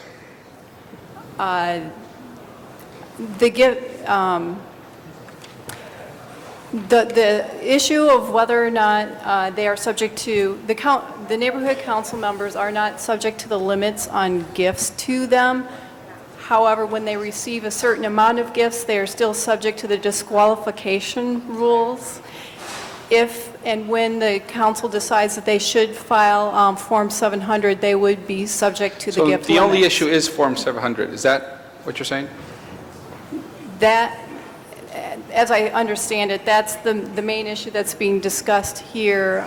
The neighborhood councils are not subject to the city's governmental ethics ordinance either. I don't know whether that's an issue. Leon? No, we haven't issued any separate opinion on that, so I think the city attorney's statement is correct. But no one has asked you to look at that, whether under the new framework, whether we should or should not change that? No, again, as I indicated, it's an issue that the commission anticipated would be before the 9/12 or the review commission to determine whether they thought that it should change. But if the city attorney's office is saying that this is an item that does not change the fundamental facts, then that doesn't change, or that doesn't put the issue squarely before the commission at this point. Great, thank you. Well, I support having the neighborhood councils in these new procedures. I would like to see more 4 neighborhood councils as opposed to 3, maybe 5. But at the same time, there's some real issues before us that need to be looked at more in depth by our city attorney and our city ethics commission, and put something in writing so that we're very clear about, given this new role that neighborhood councils may have, what is it that the council needs to decide whether or not we would want to either create that additional disclosure or not. At the same time, I'm not sure how long the 9/12 commission will take place. It seems like that might take a while before we come to that conclusion. So if we would wait and create that additional procedure, but not wait for would it create a problem if we wait for the 9/12 commission? Ms. Sarno? That's a decision that the city council, you would have to make. How long do we expect the 9/12 commission to come back with a decision? Well, my understanding is that they were With a asked review. by motion to give a preliminary report within 6 months, and then they had, They have until June 30th with an option to extend that for another 3 months. June 30th. If we send it back to committee and maybe get it back before the 9/12 commission, that would be been more amenable, so that we're not waiting such a long time and get the additional review that we need. I would be much more comfortable doing that if we had an opinion whether or not, or a discussion whether or not we believe, and there's different levels of disclosure. So even saying, hey, we do want these neighborhood council members to disclose under the Form 700, we assign categories to each level of category that people fill in. So we might say, different types of disclosures given their responsibilities, correct?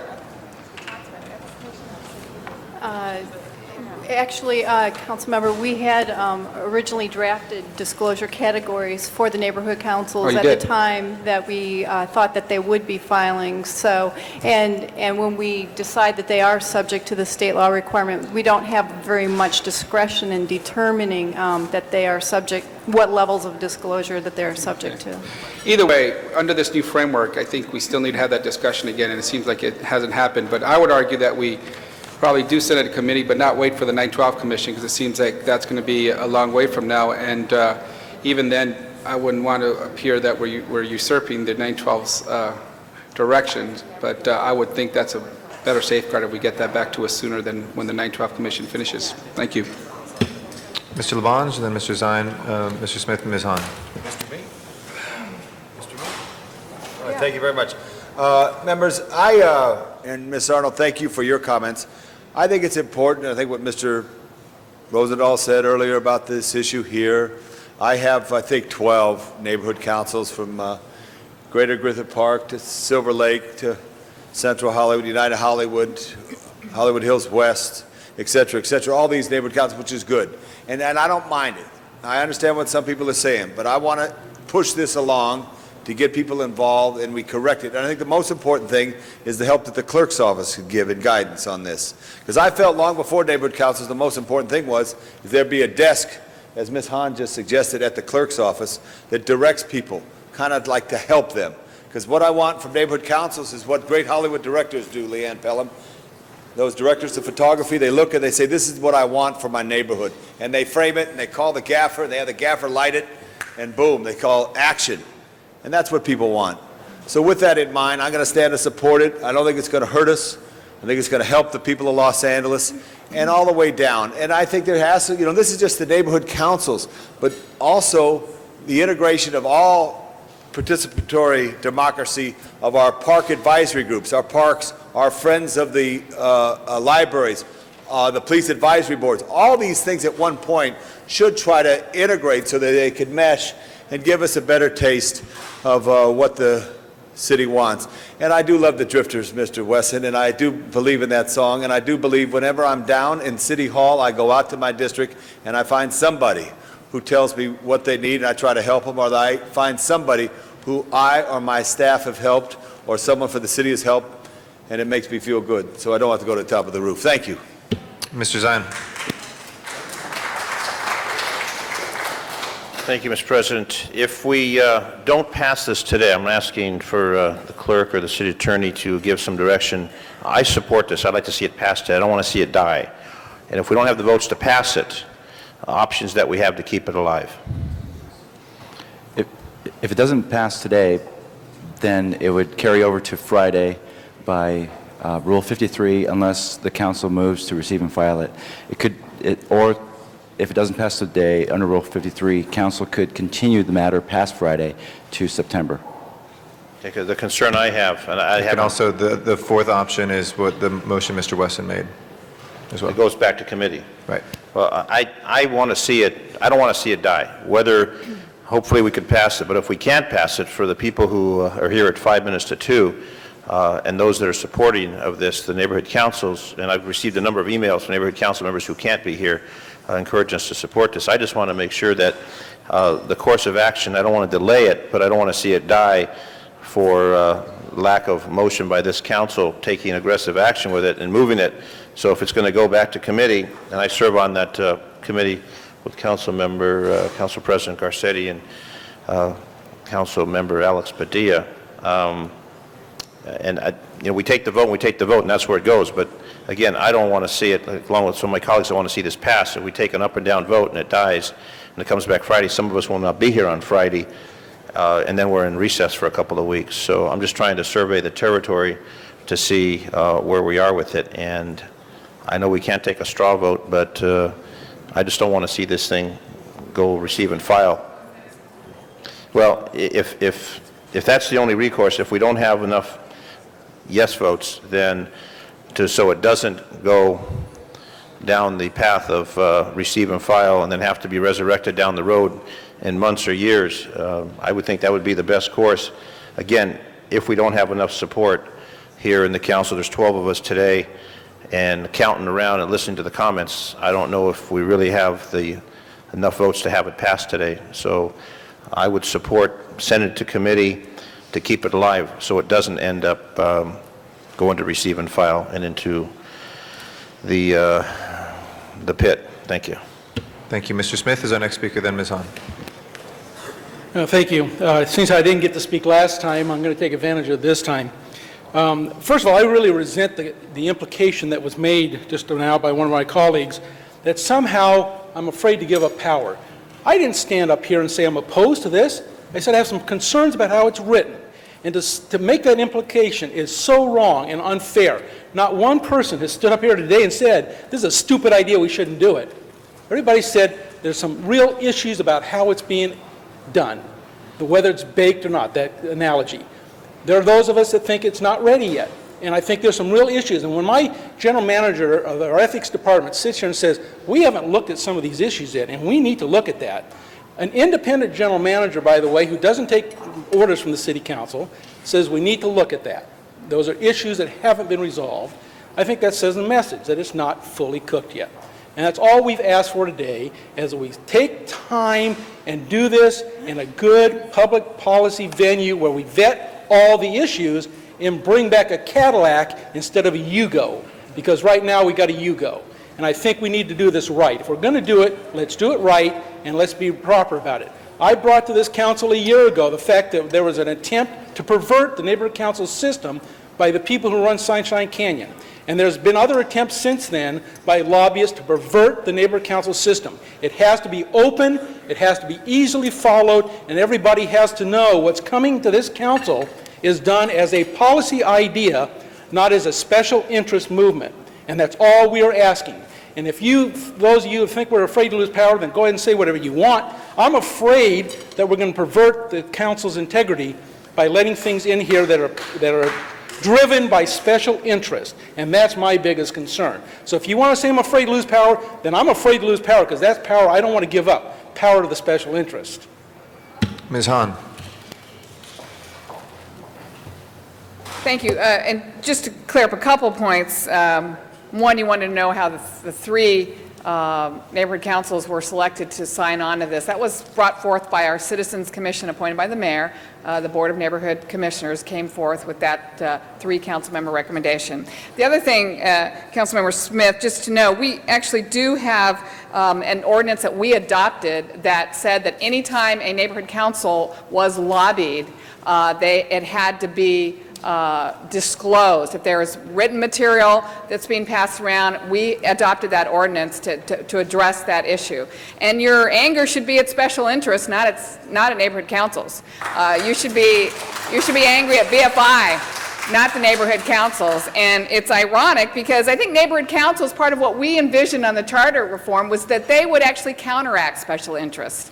Neighborhood councils see lobbyists hanging around at the red ropes, and they see lobbyists contributing to our campaigns and our office holder accounts. And this was a way to give neighborhood councils sort of equal footing, if you will, with the lobbyists and special interests in City Hall. And I think what this does is, let them leapfrog a little bit over special interests and lobbyists, because, how do we know ordinances and initiatives that are brought forth by these members if they're driven by lobbyists or special interests? I don't think the public is ever going to know that. So I can hear, though, that we don't have the votes today.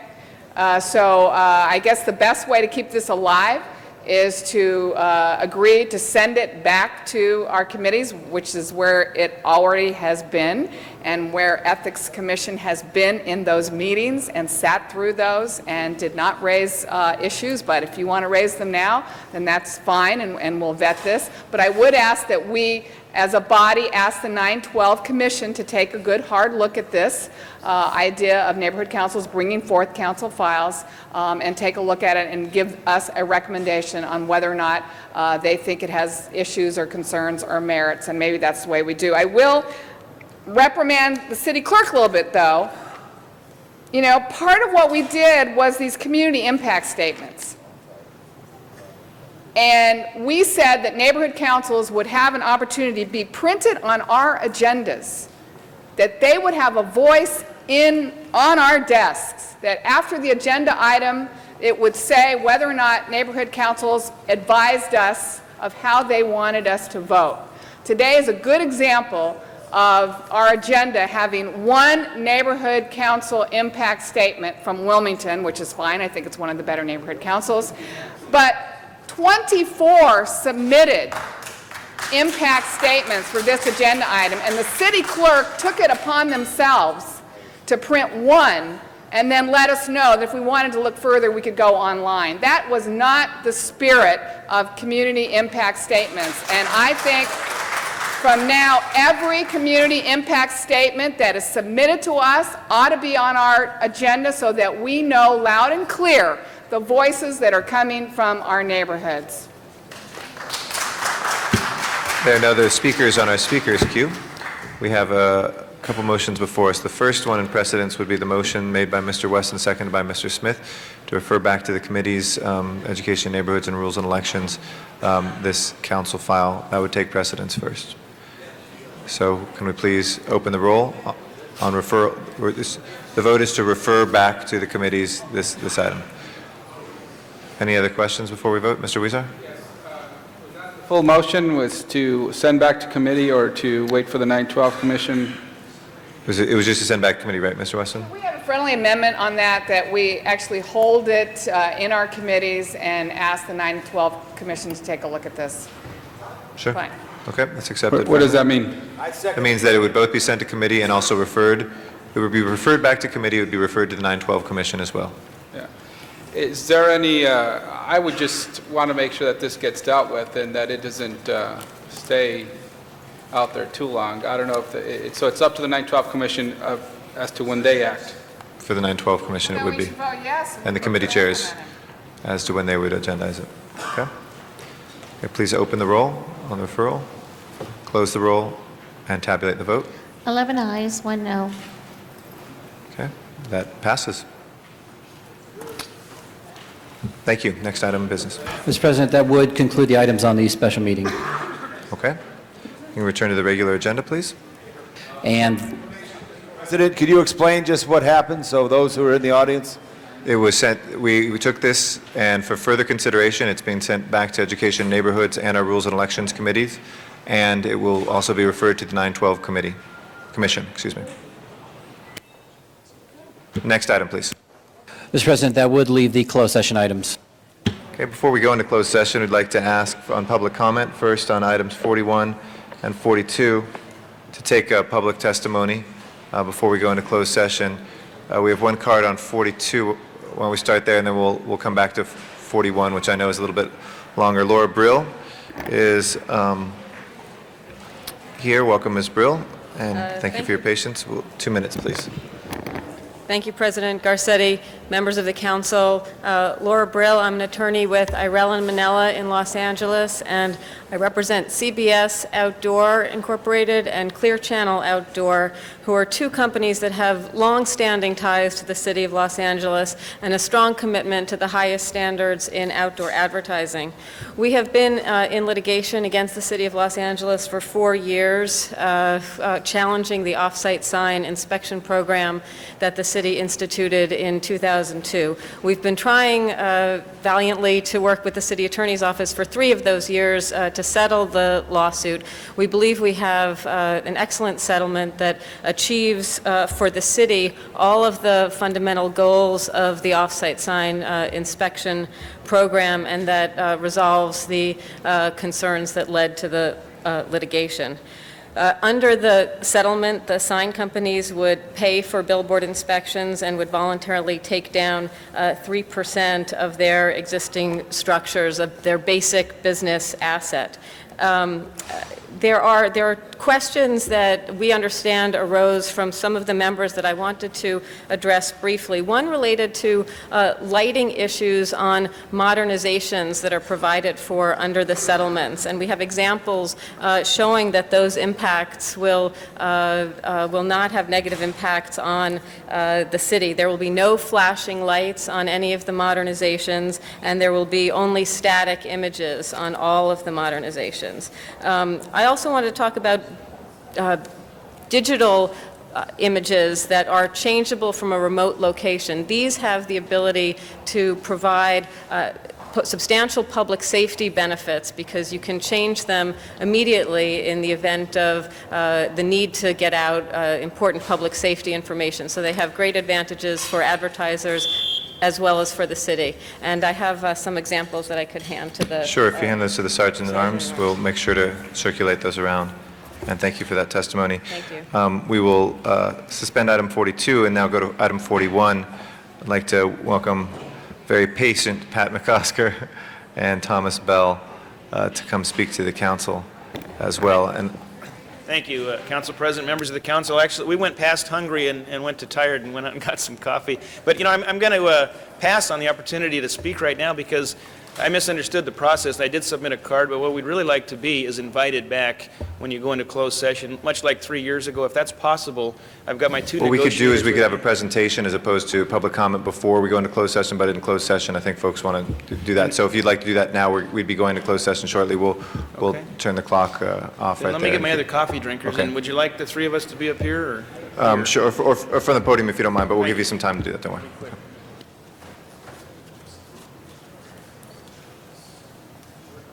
President, the Personnel Committee is scheduled for 2 o'clock this afternoon.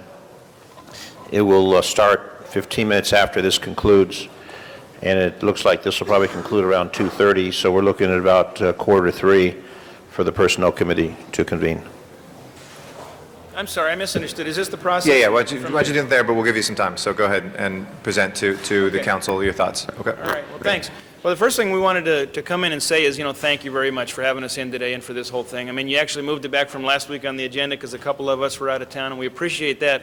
And that's really the theme here. We appreciate everything that's occurred so far. You know, we're in negotiations. We've been at it for about 4 or 5 months, as you know. We've had about 10 meetings, and we don't have any complaints about anything so far. We're making some progress, and we really seek to get there, you know, if you will, in agreement on a contract. You should know that about the only thing that what's been talked about the most so far is the so-called cost of living adjustment.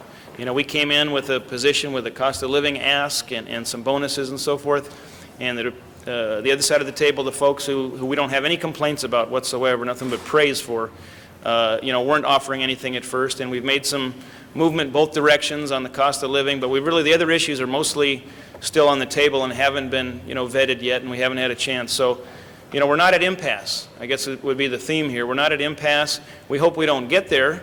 I think I would be a little dishonest if I didn't say there's a good chance that we'll get to impasse, especially on the cost of living issue. I think you all know that the police officers, we're on the same timeline with the police officers, and we've got a real history of police and fire ending up getting the same thing at the end of the day. Police officers agreed to a contract recently with a certain package on cost of living increase, and it's not what we're looking for. We're still open-minded. We're not at impasse there yet, but it certainly isn't what we're looking for. We wouldn't be likely, today to be recommending that to our members, but we're still, working on it and not there yet.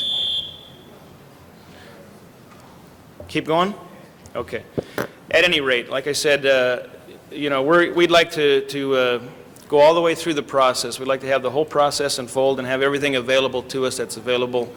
We're either going to be, at the end of the day, at impasse or at agreement, but please let us keep working. I would ask you, I guess, not to take any concrete action. I don't even know if you contemplate one right now, but I would ask you not to take any concrete action right now. If you want to urge the EERC to instruct the CAO to go higher with firefighters, you can do that. I'll be honest, though, I don't expect you to do that. I understand, but please understand us. Please understand that the process has been, for some time now, that the first one of the two, and it has been police officers over and over, who agree to something at the table, have really done the negotiating for the other guys. And if we're going to be fair about this, if you're going to be good faith bargainers with all your city unions, it shouldn't happen that way. Police officers, for instance, shouldn't really negotiate the contract for firefighters, because they do have a little bit different needs. And I've talked to them about why they agreed to this, and they've said that something was a priority for them that they got. Well, it's not a priority for us. So we should be able to negotiate, our contract and not have it imposed on us and not have it have been negotiated by somebody else. Appreciate that. Thank you very much, Pat. Appreciate your testimony. Thomas Bell? Thomas Bell like to say anything? Mr. Bell? No, you all right? Okay. Okay. Thank you very much. In accordance with the California state law, we will now go into closed session for items 41 and 42. If we could please clear the council chambers. Thank you.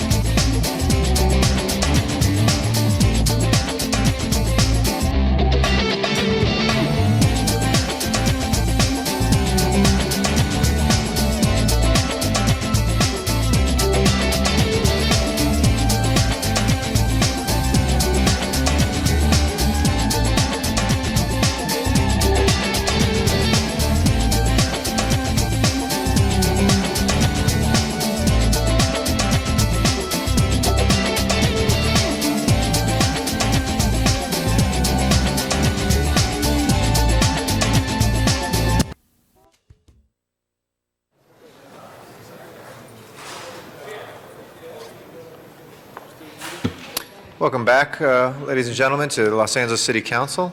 We have taken action that we should announce here in open session on closed session matters. One, we will continue the item number 42 to what date, Mr. Clerk? That would be continued to September 13th. September 13th. If there's no objection to that, so ordered. And on the previous item, anything to? There is no action required on that. All right. That finished the agenda. Council has motions for posting and referral. Those will be posted and referred. There are excuses on the desk. Councilmember Garcetti requests to be excused to leave at noon on September 13th and for the entire meetings on October 4th and 6th for city business. Those all meet council policy. All right, he is excused. And Councilmember Hahn requests to be excused on Friday, October 6th for city business. A motion is required. I will move that. Mr. Zine will second. Ms. Hahn is excused. That clears the desk. Any announcements, colleagues? Announcements. Any adjourning motions? Does anybody have any adjourning motions? If not, Mr. Clerk, please call the roll. Gruhl, Hahn, Weezer, Parks, Perry, Smith, Weiss, Wesson, Zine, Garcetti. Our last meeting will be on Friday, the 18th of August. That will be here in City Hall at 10 a.m., and then the council will not meet for 2 weeks. We look forward to seeing everybody there. Have a great afternoon.